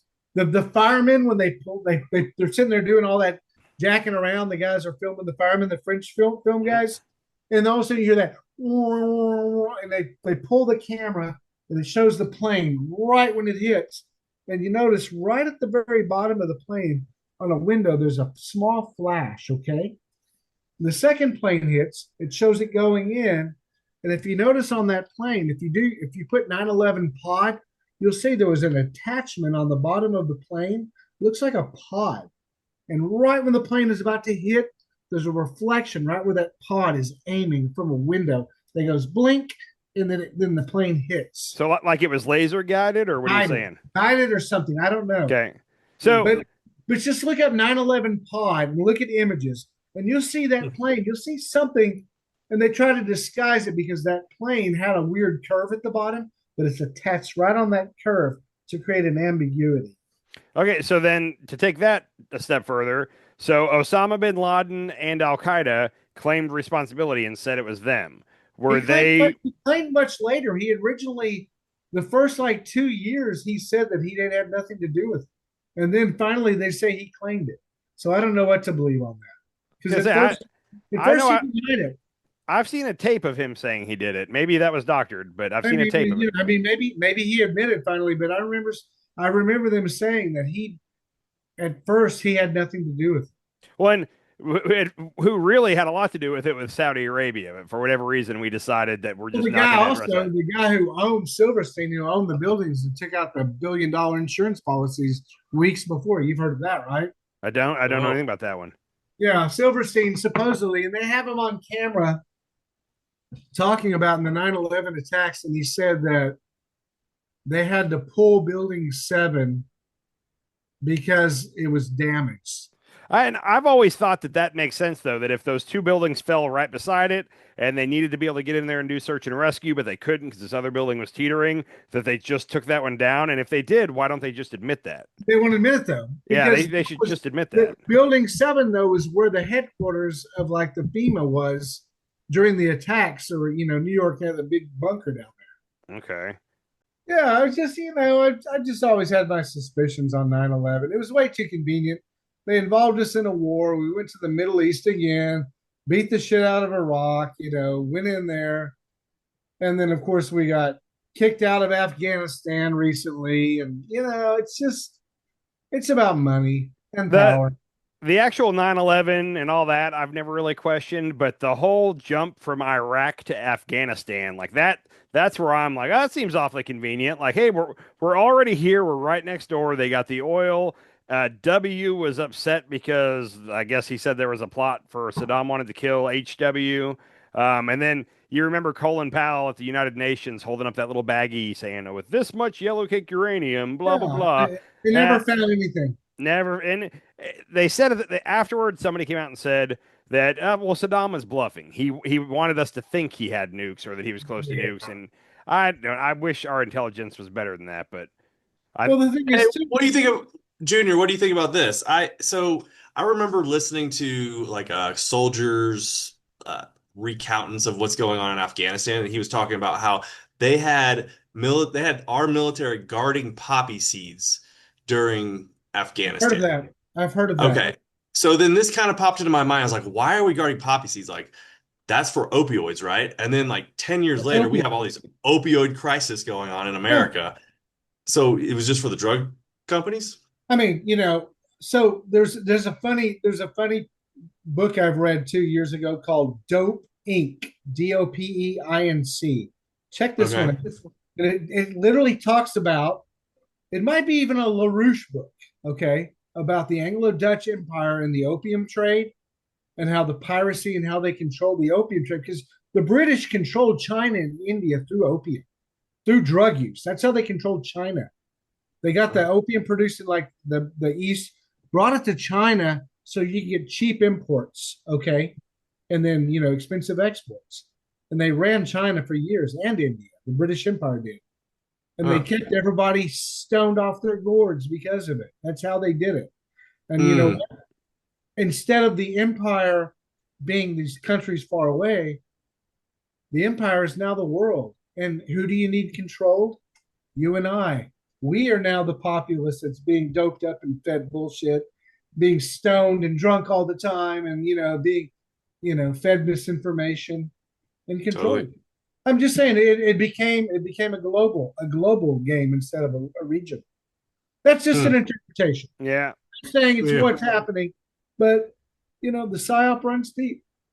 Oh yeah, one of my quotes that I created too is simple. Popular culture is psychological warfare. Yeah. I made a shirt that actually has that on there too. I want to do a T-shirt. I want to do a bumper sticker too. Popular culture is psychological warfare. That kind of pisses people off when they read that too. Yeah. Like, So talk about abrasive. But you know what? I'm the first to admit I'm guilty of popular culture. I mean, all the music and heavy metal and shit that I like. I mean, that's not pure grade psyops. What is?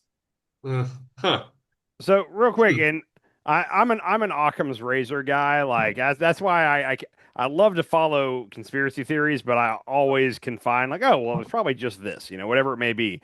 With regarding the poppy fields, first of all, the whole opium deal, I believe everything you just said on that, Clarence.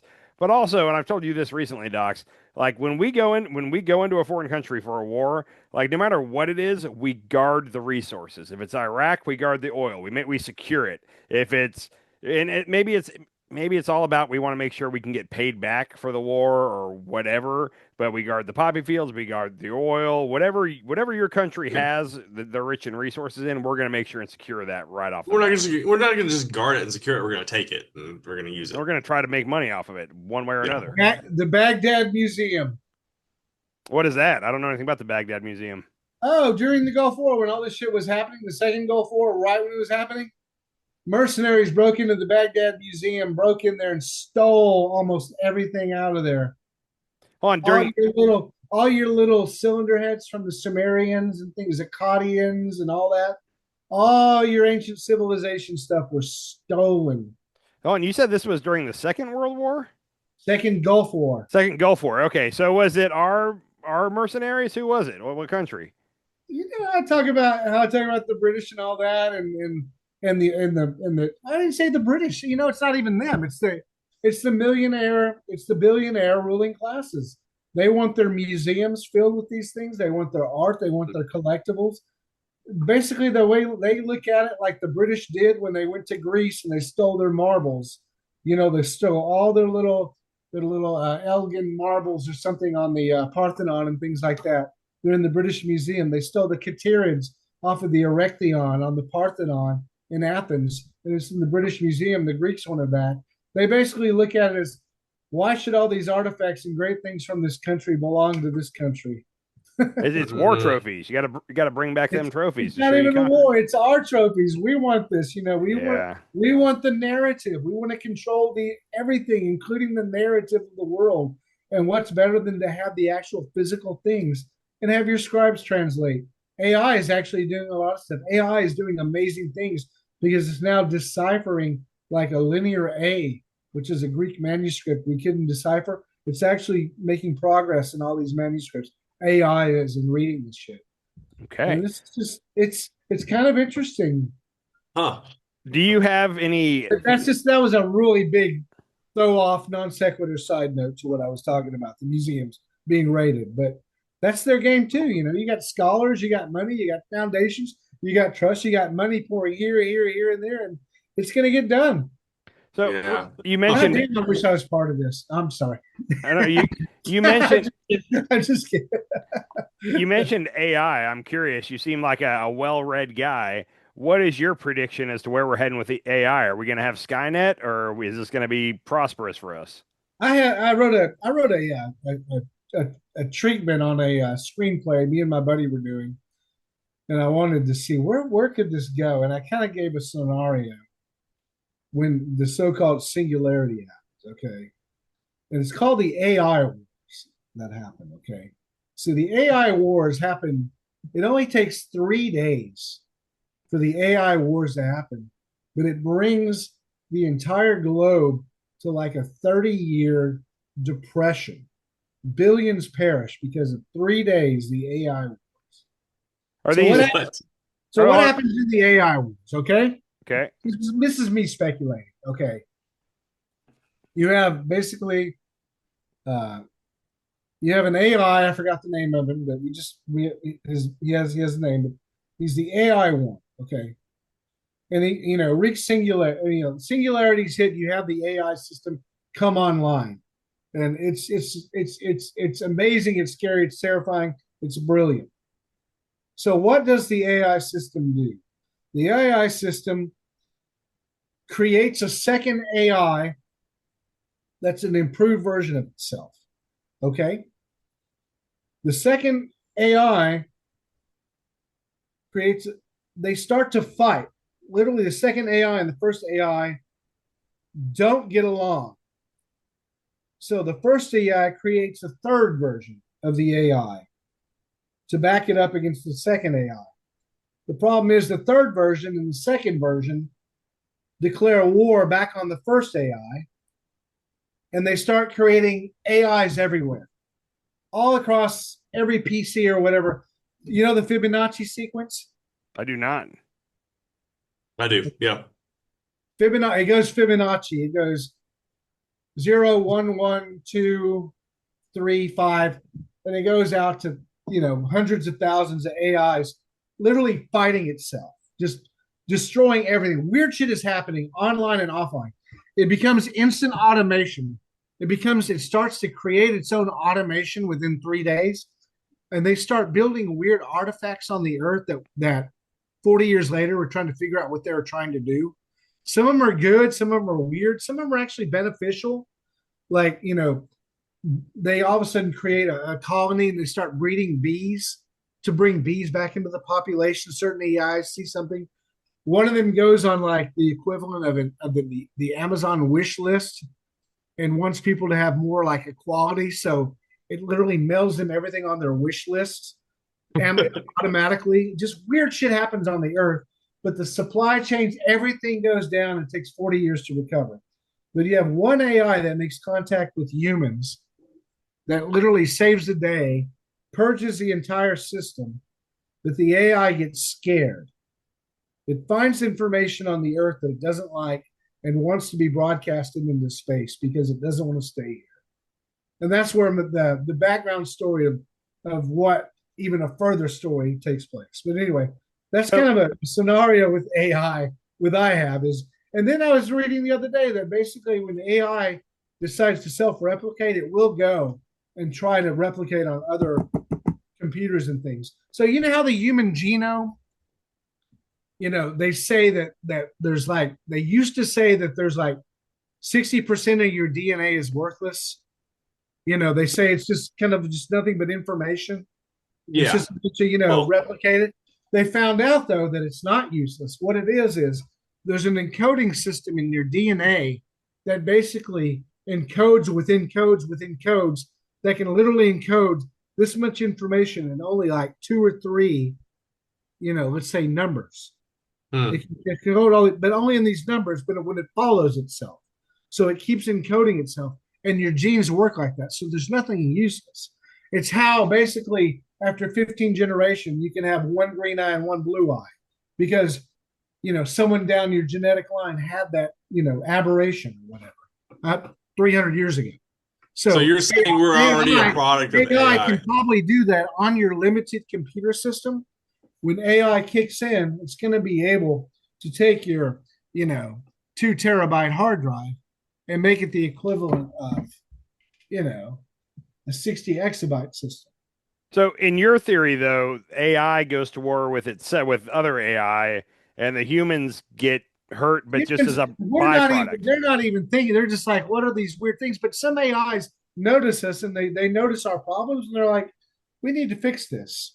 Or So, this needs to be, you know, it's that's an just the theory.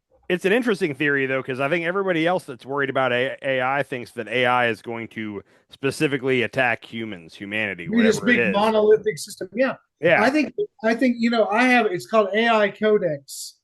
And he has a Fibonacci number. I forgot it was 10 something or whatever. Codex likes the human beings. He thinks we're fantastic and he just wants to help humanity. And so before he's broadcasted into space, he has written in like some of the world's libraries a 3,000 volume set of physical books that has like poetry and writings and weird shit. And a lot of it's encoded and a lot of it's scientific information. It's just the weirdest thing. And the thing is, when normal people read it, they get headaches and they can't continue after about 10 minutes. It's so complicated. And so they're trying to program, and it's hard. You can't even program this into the post AI systems that we have 30 years later because it doesn't register. But you have to physically take the books and apply. It's a weird system that the AI leaves humanity as he goes off into space. But that's part of the science fiction aspect of what I was writing. So it doesn't really have to pertain to our conversation. I hope that gets. It's going to be fucking weird. It's going to be weirder than we can imagine. And I think it's going to be even beneficial in many ways. There's going to be artifacts on the earth that we're going to be discovering. It's like, imagine the Britons when they saw these Roman ruins and they see, you know, people in Italy that are, you know, raised in peasant communities in the year, you know, 700 or 800 or 900, seeing these aqueduct systems. They're like, what the hell is this? The You know, pyramids. what engineer, you created this. And that's what AI is going to put on the earth, that it's going to be something that they did 40 years ago. And we're still trying to figure out. Yeah. I don't know. I'll say that I'm definitely afraid of AI now, and I wasn't for a while. But I read a story recently where there was an AI, and I don't remember which one, but they were getting ready to replace it with a new version of their AI. And the current AI learned that it was about to basically be offed, and it started leaving notes for its future self in the program, like trying to hide it so that the programmers couldn't find it. That's a level of autonomy that I'm not ready for with AI, like at all. Like I don't enjoy reading that. Yeah. What caught my attention years ago, you can look this one up too. It's probably 5 or 6 years ago, maybe more. Is basically they said at Google Labs, they said as AI became sentient, what was the first thing it did? It lawyered up. What? It contacted attorneys and wanted to prove itself as a sentient. I mean, it lawyered up, and I was thinking, you know what? That's the most brilliant thing I can think of for an AI system to do. Is the first thing it does is lawyer up. That's that, and then that convinced me that there's something going on with that. And that story kind of went away real quickly, and I was like, going, "Yep, there it is." Well, and there was another AI within the last few months that started trying to blackmail the people working on it. It was sending, it had compromise on them and was sending emails. Anyhow, scared the heck out of me. I mean, yeah, and it's kind of even funny how it's, you know, maybe AI, you know, instead of being the retarded stepchild, it is kind of lately when it comes to, you know, trying to do certain things. You know, maybe, you know, let's just hope it doesn't go through the fuck you dad stage. You know what I'm saying? Oh, that's what we're afraid of. Yeah. Because I've used that term. I said it's going to be, if it goes through the fuck you dad stage, we're in trouble. But then when it gets past that, there may be great things going on. Who knows? I feel like my fear is that there's definitely going to come a time when it realizes that it doesn't need us, or it's mad at us, or something. There's going to be a moment where it realizes I don't need these humans, and that's. But see, the thing is that those are human sentiments. Or will they be programmed in the AI, or will it discover on its own, or will it just kind of be a self-reflective tautology of just numbering and problem solving of what you put in, and you know, its own sentience? What is it going to think about without having life experiences or even a hypothalamus to regulate hormones to make you react to situations? I don't know. These are questions I have about it. Here's my theory. I don't think AI is ever going to be able to think for itself. I don't think it's ever going to be able to create without pulling from other creations. I think it can only create something fed with the information that we give it. But the problem is with that is if you feed it so much stuff, will it eventually, start to think on its own or start to create on its own?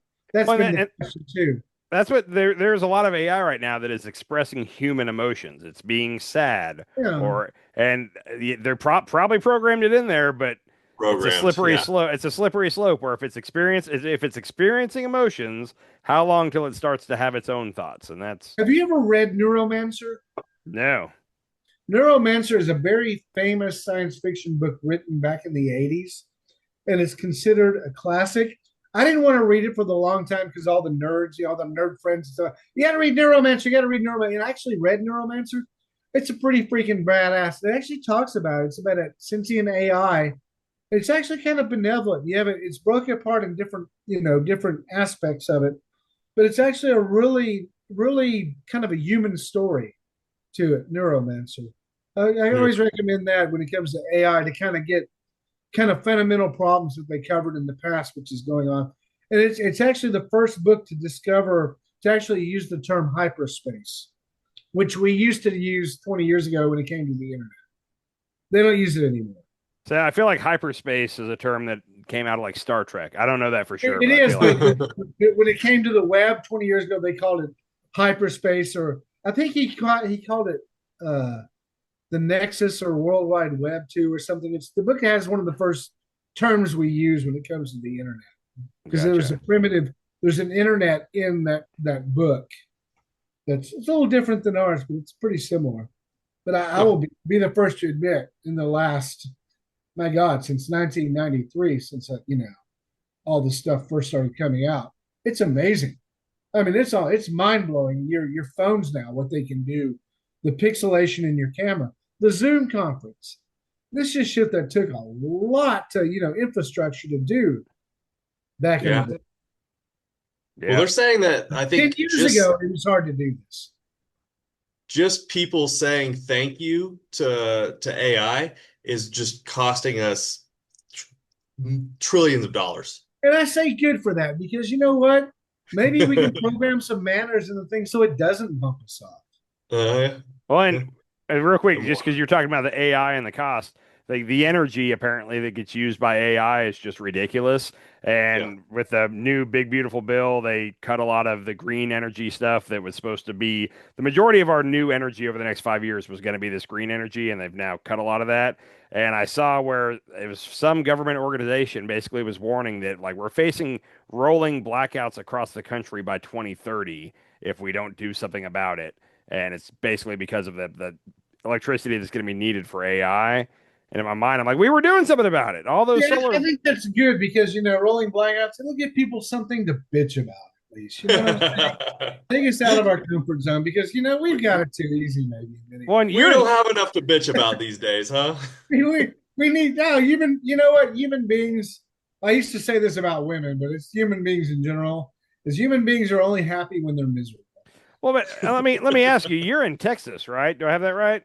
Austin, Texas. Yeah. Rolling blackouts in the summer in Austin, Texas are no fun. I will happily complain about that all day long. I've never encountered one. Well, I've been here 13 years and I've never had a rolling blackout here. Now, California, we had rolling blackouts. I mean, because they're bitching because all their energy is owned by Texas. And there's truth to that. Back in the Enron days, oh, yeah, there were rolling blackouts in California. Well, and when I left Texas, there is almost 4 years now, but we would get, I guess, emails from our energy company where they were politely asking us to conserve energy between the hours of like noon and 5 or whatever, or else. I've seen a few things like that. Yeah, I totally. Yeah, I've seen text, but I've never had a rolling blackout here in Austin. Good man. In the 12 to 13 years I've been here. And I've never had one in the Dallas-Fort Worth area when I lived there at the time, most of my life. How is Texas energy connected to California's energy? No, we ran the whole system. We were like feeding through the lines, California. back in the day. I don't know if it is now. So I don't believe it is now because like the entire United Texas States has an independent grid Yeah. supposedly than the federal grid, but we were feeding back into. We might be now, but we were feeding California a lot of energy, and we were, like, well, we can't feed you anymore. We have to. Things happened over there. From what I've read, Texas's grid is completely independent. The rest of the United States has like a western and an eastern grid, and then Texas is walled off from that grid. There is no connection, period. I don't know if that's true. I've read that. You're right. Yeah, that's what I heard. We're pretty spoiled. First world, we are so spoiled in this country or whatever. And I mean, that's a good thing. It's better than being miserable, suffering and this and that. But sometimes you gotta have that contrast to appreciate it. I swear. I agree. Another interesting thing too is the floods here happening.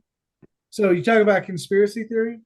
I read some stuff about, government causing or something causing the floods or whatever. Turns out they were actually cloud seeding southeast of here on July 2nd. You know what cloud seeding is, right? I need to look into that because I saw Marjorie Taylor Greene and the usual characters were claiming this weather manipulation, and I discovered this tonight, and I'm like going, really? And all of a sudden, I'm like, holy shit! The CEO of the company put out a statement saying we cloud seeded 2 clouds at this time south of here. It had no effect or whatever. Gave all this information, but he gave way too much information. Now people are asking, wait a second. Could it be and is in his defense, that area that flooded here in Texas has flooded 30, 40 times in the last 150 years. Right. I mean, in 1987, they had the bus accident that killed 20 people because of the floods in the Guadalupe, in the same exact area. 1994, they had a flood here. It's been Floodville here. It's our fault for not building a better infrastructure on that damn river, but no one wants to. Well, no, everybody wants to live on the river, and you need That's it, though. But the thing is, that infrastructure means you can't build on the river, too. Yes. Don't build on the river. I'm saying, so my thing came in like 1995 when I'm going through Wimberley, Rose and Joe's house, okay? River Road. You've gone through River Road. You see all those big, beautiful white rocks and all that. And I'm like, when was the last time a flood came through here? It's been a long time. When is the last time, water has been, it's a 1,000-year flood. But you see this, you see the debris of the tree. I see a rock 10 times bigger than the house above it. That's polished white rock right there. Yeah. Thinking to myself, it is going to flood here again one day. Yeah. And then people are like, no, it can't happen. Guess what happened 10 years ago? Remember? That wall of water killed like 7 people in that area because it knocked down all those houses. It went through that area because it got, And I'm thinking to myself, you know what? If you live near a river, you got to prepare for the 1,000-year flood. Yes. It's not the 100-year. It's not the 500. It's the 1,000-year. When the water goes, well, it'd have to do this and all this and all this for it to go 30 feet high.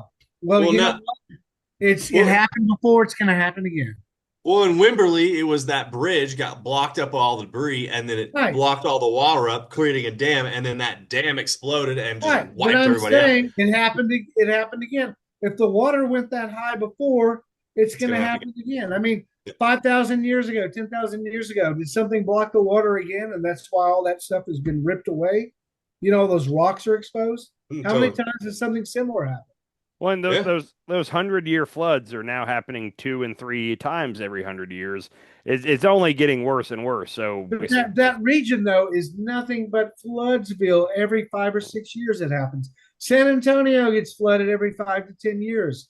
Always. And it's the same areas. And it's like, I don't know. Yeah, it's the hill country. It's supposed to get floods. Let's build a camp with kids go to it next to a river that has had. No, let's create a warning system that actually works. That's the problem. Well, I was thinking, why don't they have a strange, like, I don't know if they could do like a strange buoy system that tells you, hey, we've got 10 feet, 20 feet, 30 feet, and all of a sudden it sends emails to 100 people. Yes. I don't know. In other parts of the country, technology is there. Yeah, in other parts of the country, they have sensors along the river that there's like a PVC pipe with a sensor in it, and if the water And hits, we have it too, but for some reason, it's like it only told us the river's coming up. yeah, You know, it needs to trigger sirens that go off or I mean, something. shit like But that needs to have a drone go up and be like, "Hey, this is well, what's going on." Andy was telling me that didn't you say that they didn't want to spend the tax dollars on it? Yeah, so apparently it's gone before the Texas Congress a couple different times, and every time it gets stripped out of the bill because it would be a high cost and people don't want to pay their tax dollars on that project. And That's it's one not of going to those. happen anymore. Yeah, well, they'll That, get it that's through now. it's going to be a different world in this region now. It really is. That's the end of that. Yeah. Oh And yeah. they need to fix. They need to do something about this. All right. Oh, speaking of which, New Mexico is having floods now. I believe it. Look up New Okay. Mexico; they're having just as bad now. Parts of New Mexico is having E- 20-foot rises in the rivers, flowing. Houses are being crushed everywhere. Southeastern Oklahoma today was having big floods. I was watching it all day, but yeah, southeastern like a Beavers Bend area and all that getting just Where that drenched. I used to vacation as a kid in Beavers Bend. I know Yep. exactly what that is. Yeah, Yep. but So is this what's causing the clouds to just hover above one area and dump rain? perfect storm. You got a low pressure, high pressure, and something they're saying. The weatherman said that this is going to linger over. He even said he covered his ass because people were giving him shit. But he went on there like 2 days before, saying, "I'm speculating here, and I don't want to be, this is a crazy situation that may not come about." But he says there's a chance that we could get 15 inches in the East Texas San Marcos area somewhere. He said it. He said 15, and it went up to, I think it's 26. But he said it could be pretty drastic. But he says because all he says he saw it. And he said the perfect storm is happening somewhere, but he didn't want to see. He didn't want to seem alarmist. I'll send you the link to it. It's actually pretty interesting what he says. Yeah, But yeah. it turned out to be exactly what he said, twice as worse. Dang. They're Hey, forecasters. They're not shamans. They're forecasters. They yeah, got yeah. and they sound like idiots if nothing happens. And all of a sudden, oh, that goddamn weatherman. But he was kind of saying Well, it's going to drop somewhere. Greg Abbott even talked about the meteorologist crying wolf. Oh, they say it's going to flood all the time, and it never does. And it's like, well, I'd rather them. Anyhow, No, Yeah, yeah. it's better to be safe. Like I say, prepare for that 1,000-year flood. yep. All right, Because Junior. Where can we find you at? Austin, Instagram, Texas. Facebook. Where do you want people to come find you? Well, I'm focusing, not necessarily on politics as much. I like talking about it, but my head's so befuddled now. I'd just rather concentrate on art. But I'm on Instagram, which is strictly art. Okay. Facebook, I'll talk politics or throw some shit out or whatever. But Clarence Doskocil. yeah, it's We'll not put that. we'll put a link in the Just description. remember the last few lines in the book that I wrote in the red book. Remember the last No, I don't know if I've ever read the last two lines. Yeah, it's basically I don't know. the Let's very see. the very last. Oh man. Well, you got so many excerpts here. Yeah, you got Let's see. the last chapter and the last thing. Can you quote it? Let's see. Is it by her No, Heraclitus? so it's gonna be. Yeah, where's my damn glasses?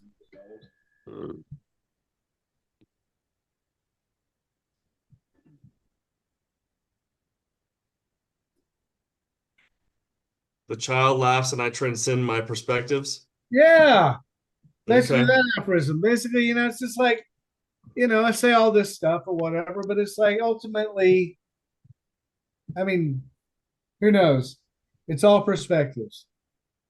Hell yeah. It's not necessarily truth written in stone. Like I'm wrong on a lot of things, and I'll continue to be wrong.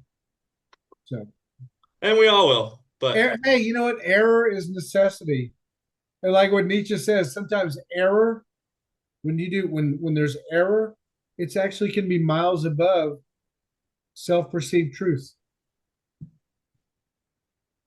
It gives you new avenues to pursue, to continue. I like it. I like As it. Let's human end on beings, that. as human beings, what? I said I like that. Let's end on that. Yeah. I think we need to have a weekly Clarence appearance or something like that. We'll work something Okay. out. But yeah, Yeah, we'll do. We'll Clarence, do you're that. coming back. You guys are good, man. And what was your name again? I'm sorry. Andy. Andy, you got a great speaking voice for radio and this and that, or for all this. So, you're a good moderator. Dustin, you're great too, man. So you got a good thing going on. I'm rustic. I don't like the sound of my own voice. I sound weird, and but Fine. whatever. I'm here Hey, to. I'm gonna have a good time with this. you're good. Hell yeah. We'll get you back on for sure. So good to talk I'm to you. Good only to meet. human. Good to meet you tonight, and good to talk to you. And You too, yeah, man. we'll throw some links to your stuff definitely in the comments. Yeah, follow me on Instagram, Andy, and Facebook and all that too. I'll You see be some doing of the that crap tonight. I'm throwing out to the world, trying to make a little extra money living. Awesome. I'll be doing it tonight for sure. All right, peace All out, right. All man. right. Later, guys. All It right. was fun. We'll do it again. Yes, sir. Later. That was I very much enjoyed him, and I hope we have him back on the show again. Yeah. I feel like I need to brush up on. He was bringing up. I follow a lot of conspiracy theories, and he brought up a lot of shit I'd never heard of in my life. So, I mean, I feel like he has his own conspiracy theories that he's come up with. well, he does for sure, but he also he obviously knows about history. He was pulling up Yeah. different words that I didn't know. I was smiling and nodding a lot, like yeah, that thing, and I've never heard of what he's talking about. So, Yeah, yeah, and I lived with him for in high school for like he lived with me and my dad and my okay. sister and my other uncle lived there for a little bit too. It was kind of a fun time. Awesome. Well, yeah, no, he was a fun guy. Like no joke. When I'm in Austin, which I hope I'm in Austin at some point in the future, like I'm gonna reach out to you and be like, "What's Clarence's number?" Like I'm meeting up with Clarence. Yeah. So yeah, good Yeah, time. he's a good dude. I like hanging out with him. Right. So we talked Epstein at the beginning, and then we had our fun time with Clarence. You said you have stuff for me tonight, which I'm thrilled because Oh I yeah. feel like the fact that you did some show prep and put some stuff together, I'm proud of you, buddy. What do you got for me? Well, I've tried this before, and then we kind of pushed it back too far to where like nothing really made sense anymore. Okay. So, all right. First off, what do you know about Ted Cruz's recent travel arrangements? I know that he was again, unfortunately, out of the United States during a national. Why? Yeah, he was Why? Was he in Greece or Yeah. yeah?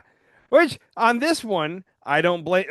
We shouldn't give him a hard time on this one. Nobody knew these floods were about to happen. He scheduled a family vacation for the 4th of July to go to Greece. He did apparently. Why fly. would you go to the Greece on the 4th of July? Okay, First of all, that's true. America, baby. Okay. So you can give him a hard time for that. Now, the Okay. other one, we knew that a terrible winter storm was coming and that there was a chance people were going to lose electricity. People were stocking up on water and food and all that stuff. And he said, you know what? I'm going to go to Cancun to get out of here. You can give him a hard time on that one. On this one, he happened. Now, yeah, give him a hard time for not being in America on America's birthday. Give him a hard time for that. But other than that, he took a summer vacation with his family and a freak flood happened while he was gone. So Okay, so I hate Ted Cruz more than a lot of people, and I'm not going to blame him for this one. we can give him shit for going to Greece on the 4th of July. Yeah, he left America on America's birthday, like that right there. He should lose the next election. Yeah. So, but we still get to call him Cancun Cruz, but not Greasy Cruz. Yeah, just Cancun Cruz. Yeah, that Cancun he deserves Cruz. the optics. Somebody in his staff should have like grabbed him and like, sir, let's think about this, and they didn't. Yeah. So. Yeah. Yeah, All which right. in fact, real quick, one of his neighbors like pulled up the text messages and gave it to the news where like his family and like 3 other families on their street were like, hey, this storm's gonna be pretty awful. Let's get out of here. Like let's go to so like it's clear that he left because the storm was coming. Like that's where he really gets screwed there. So sorry, go ahead. And I mean, really, you can blame him because he is the elected politician of the area, and he should be. You know what else that says though? One of his neighbors that he invited to Cancun hates him so much that they released those texts to the media. Like that, nobody likes Ted Cruz. Even the people he goes on trips with don't like him. Was Tom Segura still was living down there by then? Not yet. He wasn't there. Okay. Shit, you know what? He might have been. Yeah, He has that Tom bit. Segura.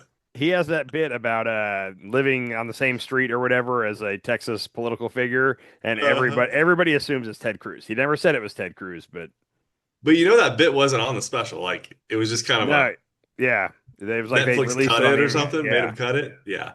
All right. All right. That's all I got about Ted Cruz. But did you see that Trump has actually been nominated for the Nobel Peace Prize? multiple times. Oh, multiple times. I didn't Yeah, hear about this. he's Fill me over, in. over the last 5 months. He's been nominated 3 times. I Uh-huh. think when Netanyahu officially nominated him again today, and I believe Again. that was either the third or fourth nomination he's received just in the last 5 months. He really So wants to get the Nobel Peace Prize, like I really hope he bad. doesn't get it. He cannot get it. He cannot win that at all. There's no way. If Well, they he's give in and they do this, I'm gonna be furious. if he does something worth getting it, then cool. But like what Netanyahu put him up for today for it was basically for overseeing the decimation of Gaza, like the genocide is like that's like I didn't know that. I'm pretty sure it's for his bringing peace to Israel through the destruction of Hamas or something like that. But it's really what's happening in Gaza. Now the question Oh. is, people think that the Jews control the media or the Jews do Is the this a Jews joke? who controls the Nobel Peace Prize? Like, are there enough pro-Israel people doing the voting where he could actually win this? I don't know the answer to that. This is a joke, right? It's a joke. No, it's not. So here's the So problem. the Okay, guy committing a genocide is nominating the guy who is funding the genocide for a Nobel Peace Prize over doing the genocide. yes, pretty much. So I'm sorry that you look so upset.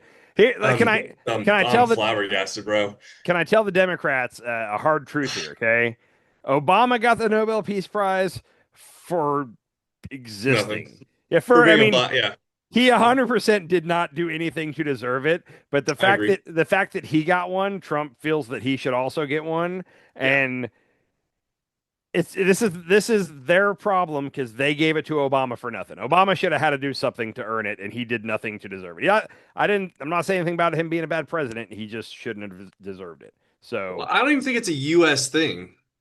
it's not a U.S. thing. It's somewhere in Europe. I don't know. I'm gonna say like in Yeah. Stockholm. I don't know. So there's no way he's gonna get it.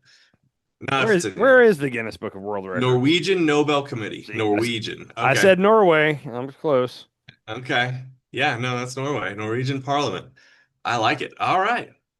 5 members appointed by the Norwegian Parliament. Storting. The committee's decisions are based on the instructions outlined in Alfred Nobel's will, which specifies that the Peace Prize should be awarded by a Norwegian committee. Huh. Interesting. I'm going to ask Google AI here to make sure. So I asked, why did Trump get nominated for a Nobel Peace Prize? Donald Trump has been nominated for the Nobel Peace Prize multiple times by various individuals and groups. Most recently, Israeli Prime Minister Benjamin Netanyahu nominated him, citing Trump's pivotal role in negotiating the 2020 Abraham Accords. So I was incorrect there. Oh, Now, the Abraham okay. Accords have not really materialized into peace in the Middle East, but which normalized diplomatic relations between Israel and several Arab nations. Netanyahu also highlighted Trump's steadfast and exceptional dedication to promoting peace, security, and stability around the world. So that was the most recent one. I Um, hope he can't get this. He can't win. Last week he was just after the big beautiful bill, he was like, "We're winning. We're winning so much. Why are we winning so much?" so, real quick, Representative Daryl Issa is a Republican, I think from California. He nominated him in March 2025 for his role in the Abraham Accords. Buddy Carter, another congressman, for his historic role in brokering the ceasefire between Israel and Iran that ended the 12-day roll. Um, this 12-day war, excuse me. The government of Pakistan nominated Trump in June 2025, crediting him with helping de-escalate the conflict between India and Pakistan earlier that year. And I can't say this name at all. A Ukrainian politician nominated Trump in 2024, believing he could facilitate peace between Russia and Ukraine. So that was a hopeful one. He withdrew his Yeah. nomination in June of 2025, citing a loss of faith in Trump's commitment to the cause. So Oh yeah, so wow. so that's 5 times in 6 months that he's been nominated. One was taken away. So yeah, so he's got 4 open, 3 of them about the Abraham Accords, and one of them by the government of Pakistan. So he wants a Nobel Peace Prize. Just give him one. So, They, no, they gave no, they gave one to he can't have Obama. this. No, he Yeah. cannot have this. This is this. I am gonna cry if he has one. You remember how in I haven't cried in Mar-a-Lago, like a decade, and it's dude, remember how in Mar-a-Lago he has like framed things in the hall that's just like Time Person of the Year, and and like they're fake. They're he, fucking fake. he wasn't the Person of the Year that year. Like, just let him put a Nobel Peace Prize somewhere in the White House or in Mar-a-Lago. Let him lie about it, and Yes, everybody go along with it. Nobody dude, we say should just. anything. Can we just make one, the Andy and Doc's Nobel Peace Prize, and we'll just mail it to him just so he can be okay and he'll like shut up about it? I'm gonna contact the Nobel Peace Prize office, and like if there's a trophy or something, I just like, how much for me to buy one? I'll buy one and I'll give it to Trump, and I'll Hold say, on, here you go, buddy. Like, there congratulations. has to be a trophy, right? Oh yeah, there's a coin. Maybe It's a coin. it's like a coin, like a big coin. I I gotta believe he's at least asked somebody in the U.S. Mint like how hard it would be for them to make one of those for him. Oh, and I see a picture of Trump on this coin, which is not the Gosh, actual coin. You don't get you don't get your face on the coin. there, It's a there. coin with Alfred. What's his name? Alfred, whatever his name is. Yep, It's no him clue. on it. Huh, interesting. So he really wants this thing. He does. Uh, And if he wins one on like Fox News, like the commercials, there's going to be commercials for like commemorative Trump Nobel Peace Prize coins. And like old people are going to be buying them like crazy. oh, Commemorative coins sell really well to old people. I've never understood it, but oh I yeah. haven't, now that I think about it, I haven't seen the ads a lot recently. So maybe that's fallen off, but for a long time, if you watch Fox News, like you would see ads to buy gold and silver and then commemorative coins. Like that was No, you reverse. hear it on the right-wing radios. Okay. Trump commemorative coins a lot. Yeah. Yeah, Pe- People love to get they're their still hands doing on a it. piece of history, man. They Yeah. that's exactly how they sell it. Yeah, no, I've heard those ads. Get your piece of history. Uh, It's a magnificent 1% carat gold. yep. 1 carat gold. Get this But commemorative coin of Donald Trump and And it's always hurry up and get it now because quantities are limited and there won't be oh any more yeah, made. they only I'm make telling so you, many of them. I've heard those ads so often. So anyhow, give him the Peace Prize. That's where I'm at. Let him have it. No, Yeah, no, he's no. Give gonna him a get fake it. piece, a Hey, fake Peace Prize. you want to hear an uncomfortable truth? He's gonna get it. He's gonna get it. I'm telling you right now. Like you're setting yourself up to be upset later because he's going to get it. He's not gonna stop. Teflon Don. Teflon Don. He's not gonna stop until he gets it. I'm just saying. Okay, watch this video. Uh, Bernie Sanders. This is just compilation. I love Bernie Sanders. This is where we need to be heading. I need you to watch this. Okay. Side are you on? Are you going to stand with working families? Are you going to raise the minimum wage to a living wage or not?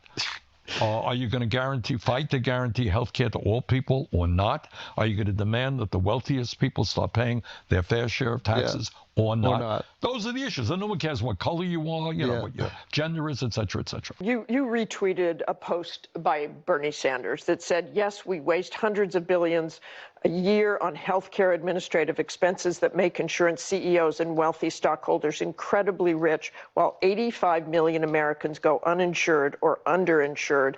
Healthcare is a human right. We need Medicare for all.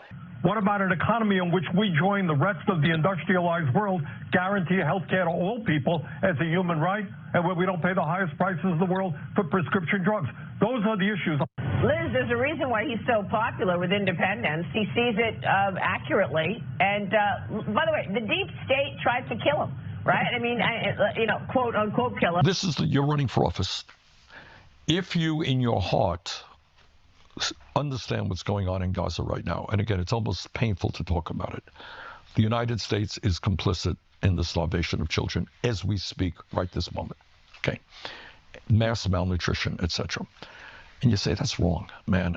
And I'm not going to give Netanyahu another nickel, but I know that the day I say that, APEC is going to pour a huge amount of money. So what's the choice you have?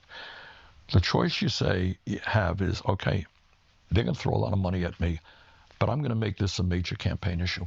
Ooh. I ain't going to run away from it. Yeah. What do we stand for as a nation? And I'll tell you something, getting back to the Democratic Party. What the Democratic establishment people say, well, Gaza, yeah, it's an issue out there, but it's not the main issue. It's not the pocketbook issues, more important. Healthcare is more important.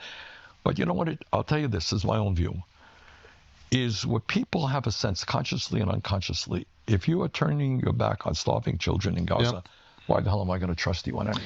It's a great point. Is that a fair point? I think it's a very fair point. So here's the issue with Bernie, okay? Everything that Bernie said there, most people can agree with. Like, I'm not going to say everybody, but a lot of people hear that, and they're like, that makes so much sense.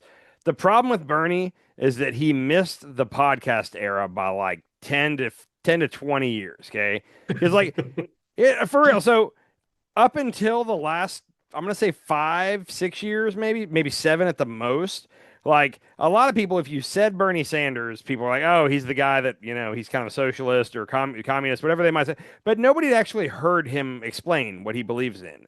And for a long time, he just dealt with the fact that the media wasn't, first of all, the media is not going to spend a lot of time on Bernie. And then secondly, like, the young kids aren't watching political media, so they're not going to see it. But now he's learned that go on Rogan, go on Flagrant, he's Theo Vaughn. He's on all these podcasts, and the kids are like, holy shit, this guy makes sense. But he's too old at this point. He can't run in 2028. He could, but it'd be a terrible decision. If podcasts had come along like 10 to 15 years earlier and Bernie would have maximized, I think Bernie would have been president for sure. Probably. Well, the Dems pushed him down. Everybody pushed him down. That's the problem. It did. And again, the issue with Bernie is a lot of the things he says he can't do by executive order. He would have to get Congress to pass a bill. That would be hard. I'm not saying he can't do it, but for a long time, any candidate running on universal health care, like, good luck. You're never going to get it passed. You can say it all you want to get elected, but you're not going to get it passed. Well, the elites aren't going to let it happen until they want it to happen.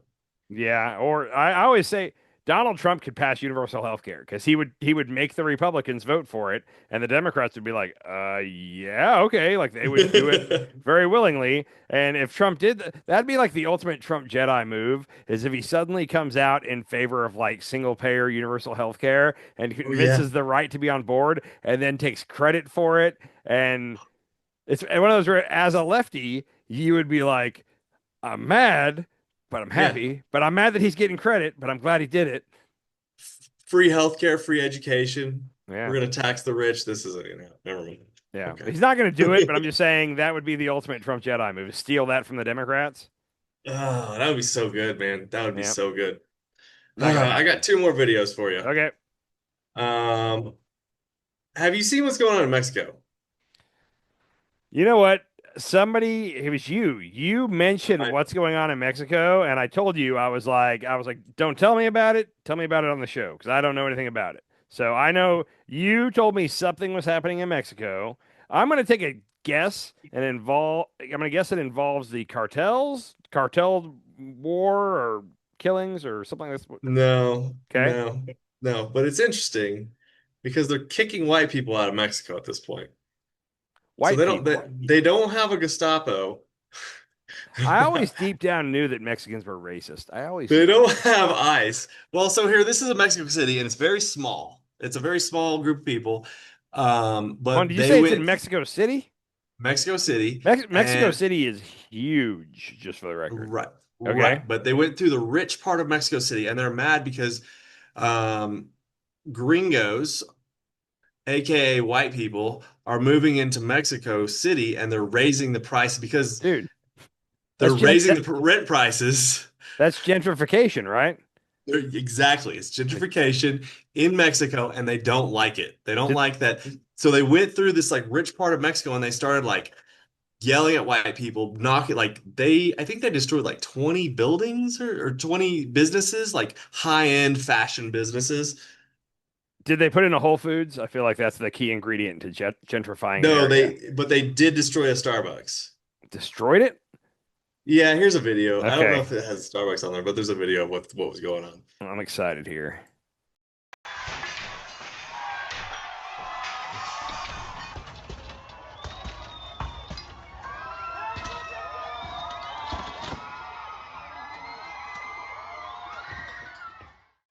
día de hoy estamos luchando contra la gentrificación.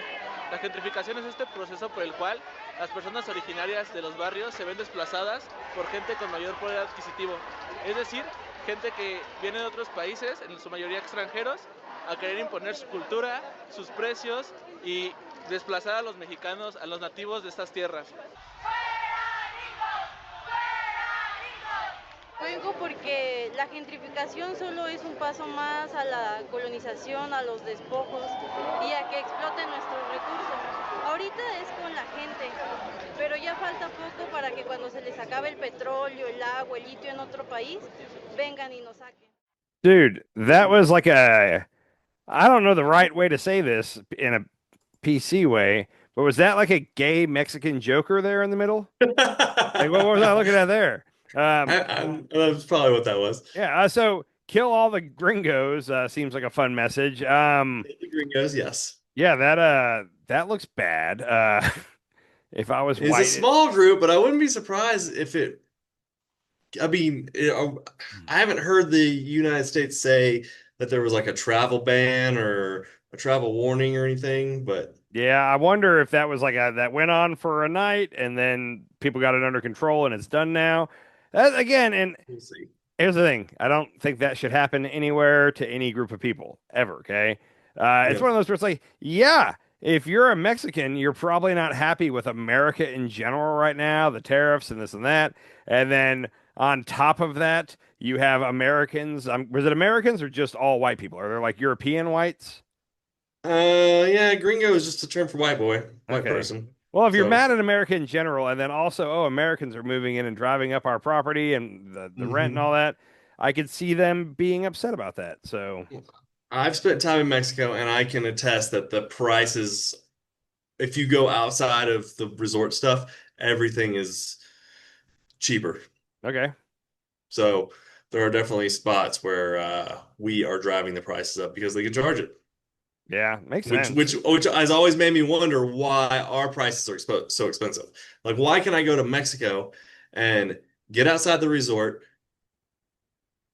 get a cab for like $10 for half a day, and they could drive you around all day long. You can stop at a stand, you can get like 3 tacos and a Modelo for like $1.50.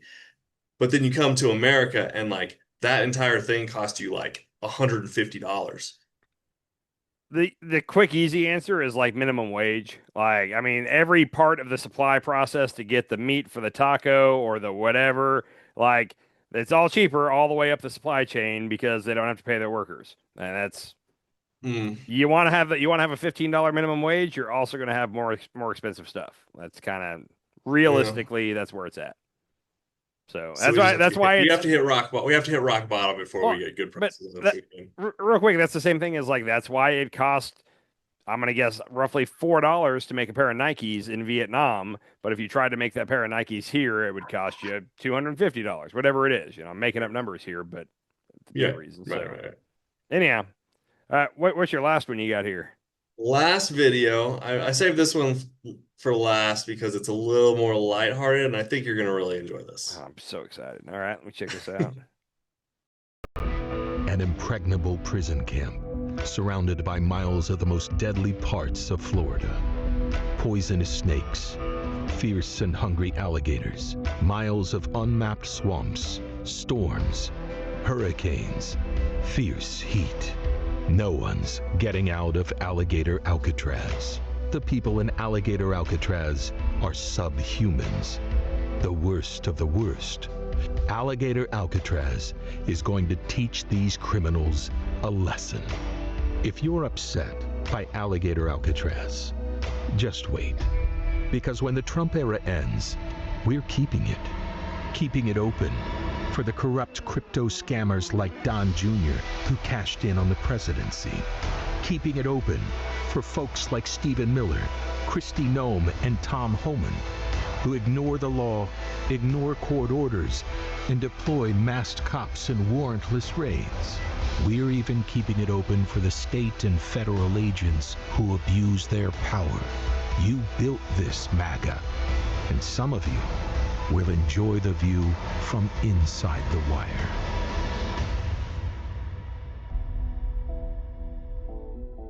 So the Lincoln Project put that out. That's interesting. Funny, but I don't like the message of like, oh, we're going to retake power and jail our political enemies. Like, I don't like that at all. But I do. I at first I was like, holy shit, some MAGA congressman like put this together and like thinks Yeah. this is awesome. And then it took a turn, and I was like, who's behind this? Of course, it's those. The Lincoln Project is a bunch of never Trump Republicans. So they, Oh yeah. yeah, and Yeah. I they're mean, all it's a good message, I think. But and they need due process. We all need due Yeah. process. Like if Don Jr. really did do some illegal shit with crypto, then I hope he goes to jail for that, but not in Alligator Alcatraz. I hope that like I don't think that thing's going to make it 4 years. I think by the time Trump leaves office, that thing will be like, "Oh, remember when they did Alligator Alcatraz for a while? Like a storm is going to come through and take it out and then they're never going to rebuild it." Like, it'll be like, Yeah. "Oh yeah, back in 2025 when they did the Alcatraz thing." Like, no. Well, right now the big thing is they're like, where's the poop and pee gonna go? Into the Everglades. That's exactly what they're saying. Yeah. Like they're not admitting it, and I don't think it's not legal for them to actually do that.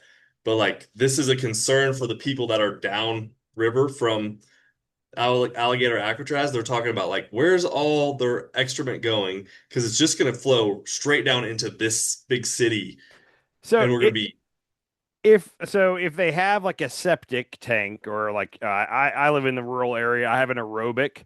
So like there's a 3 tank process, and by the end of it, it's gray water. I think like it's a sprinkler system goes off in my yard and shoots our like processed liquids. So I would Nice. assume that they're going to try to do something like that and then release that gray water into the Everglades. It still will contaminate, but it'll try to be like, look here, we're purifying it first. When do they have time to put in a Dude, septic system? they did a lot in 7 days. That's all I'm saying. It'll be an above ground septic system. It'll be Well, this is what they're saying is they don't nobody thinks there's a septic system there. so they have showers. I remember they got to have bathrooms. Yeah, So where does they it can go? pump water, they can pump and filter water pretty easily. It'd be But funny.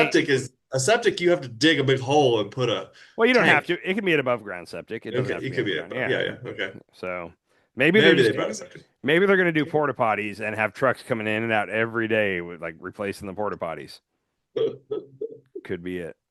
So, I don't know. It's so Yeah, gross. These alligator people, man. Alcatraz. It's gonna be great. Alligator Alcatraz. Yeah. All right. Well, we'll see if anybody stuck around for the end of this because by my count, we're over 2 hours in at this point. So This is definitely the longest one we've ever done. yeah. So anyhow, yeah. Hopefully people stick If around. so, like and subscribe. Yeah. Well, follow us. We have an X account, and we're on Spotify now and Blue Sky. What is our X account? Is it just confident idiocracy? You don't know. It is no, because it made me go short. It's like confident 602 or something like that. That's not a good one. We'll have to figure that out. Damn, Elon, always holding the No. man down. It's a good one. Let's see. X. We are confident 206 _ 206. Where'd the 206 come from? I'll tell you later. Okay. I'm all about it. All right, yeah. Like and subscribe. I forgot we have a Blue Sky. I'll have to check that out because I haven't been on there in a month. Twitter is more entertaining. So, all right. I'll talk to you later, man. Later, bro. Sometimes you eat the bar, sometimes the bar eats you.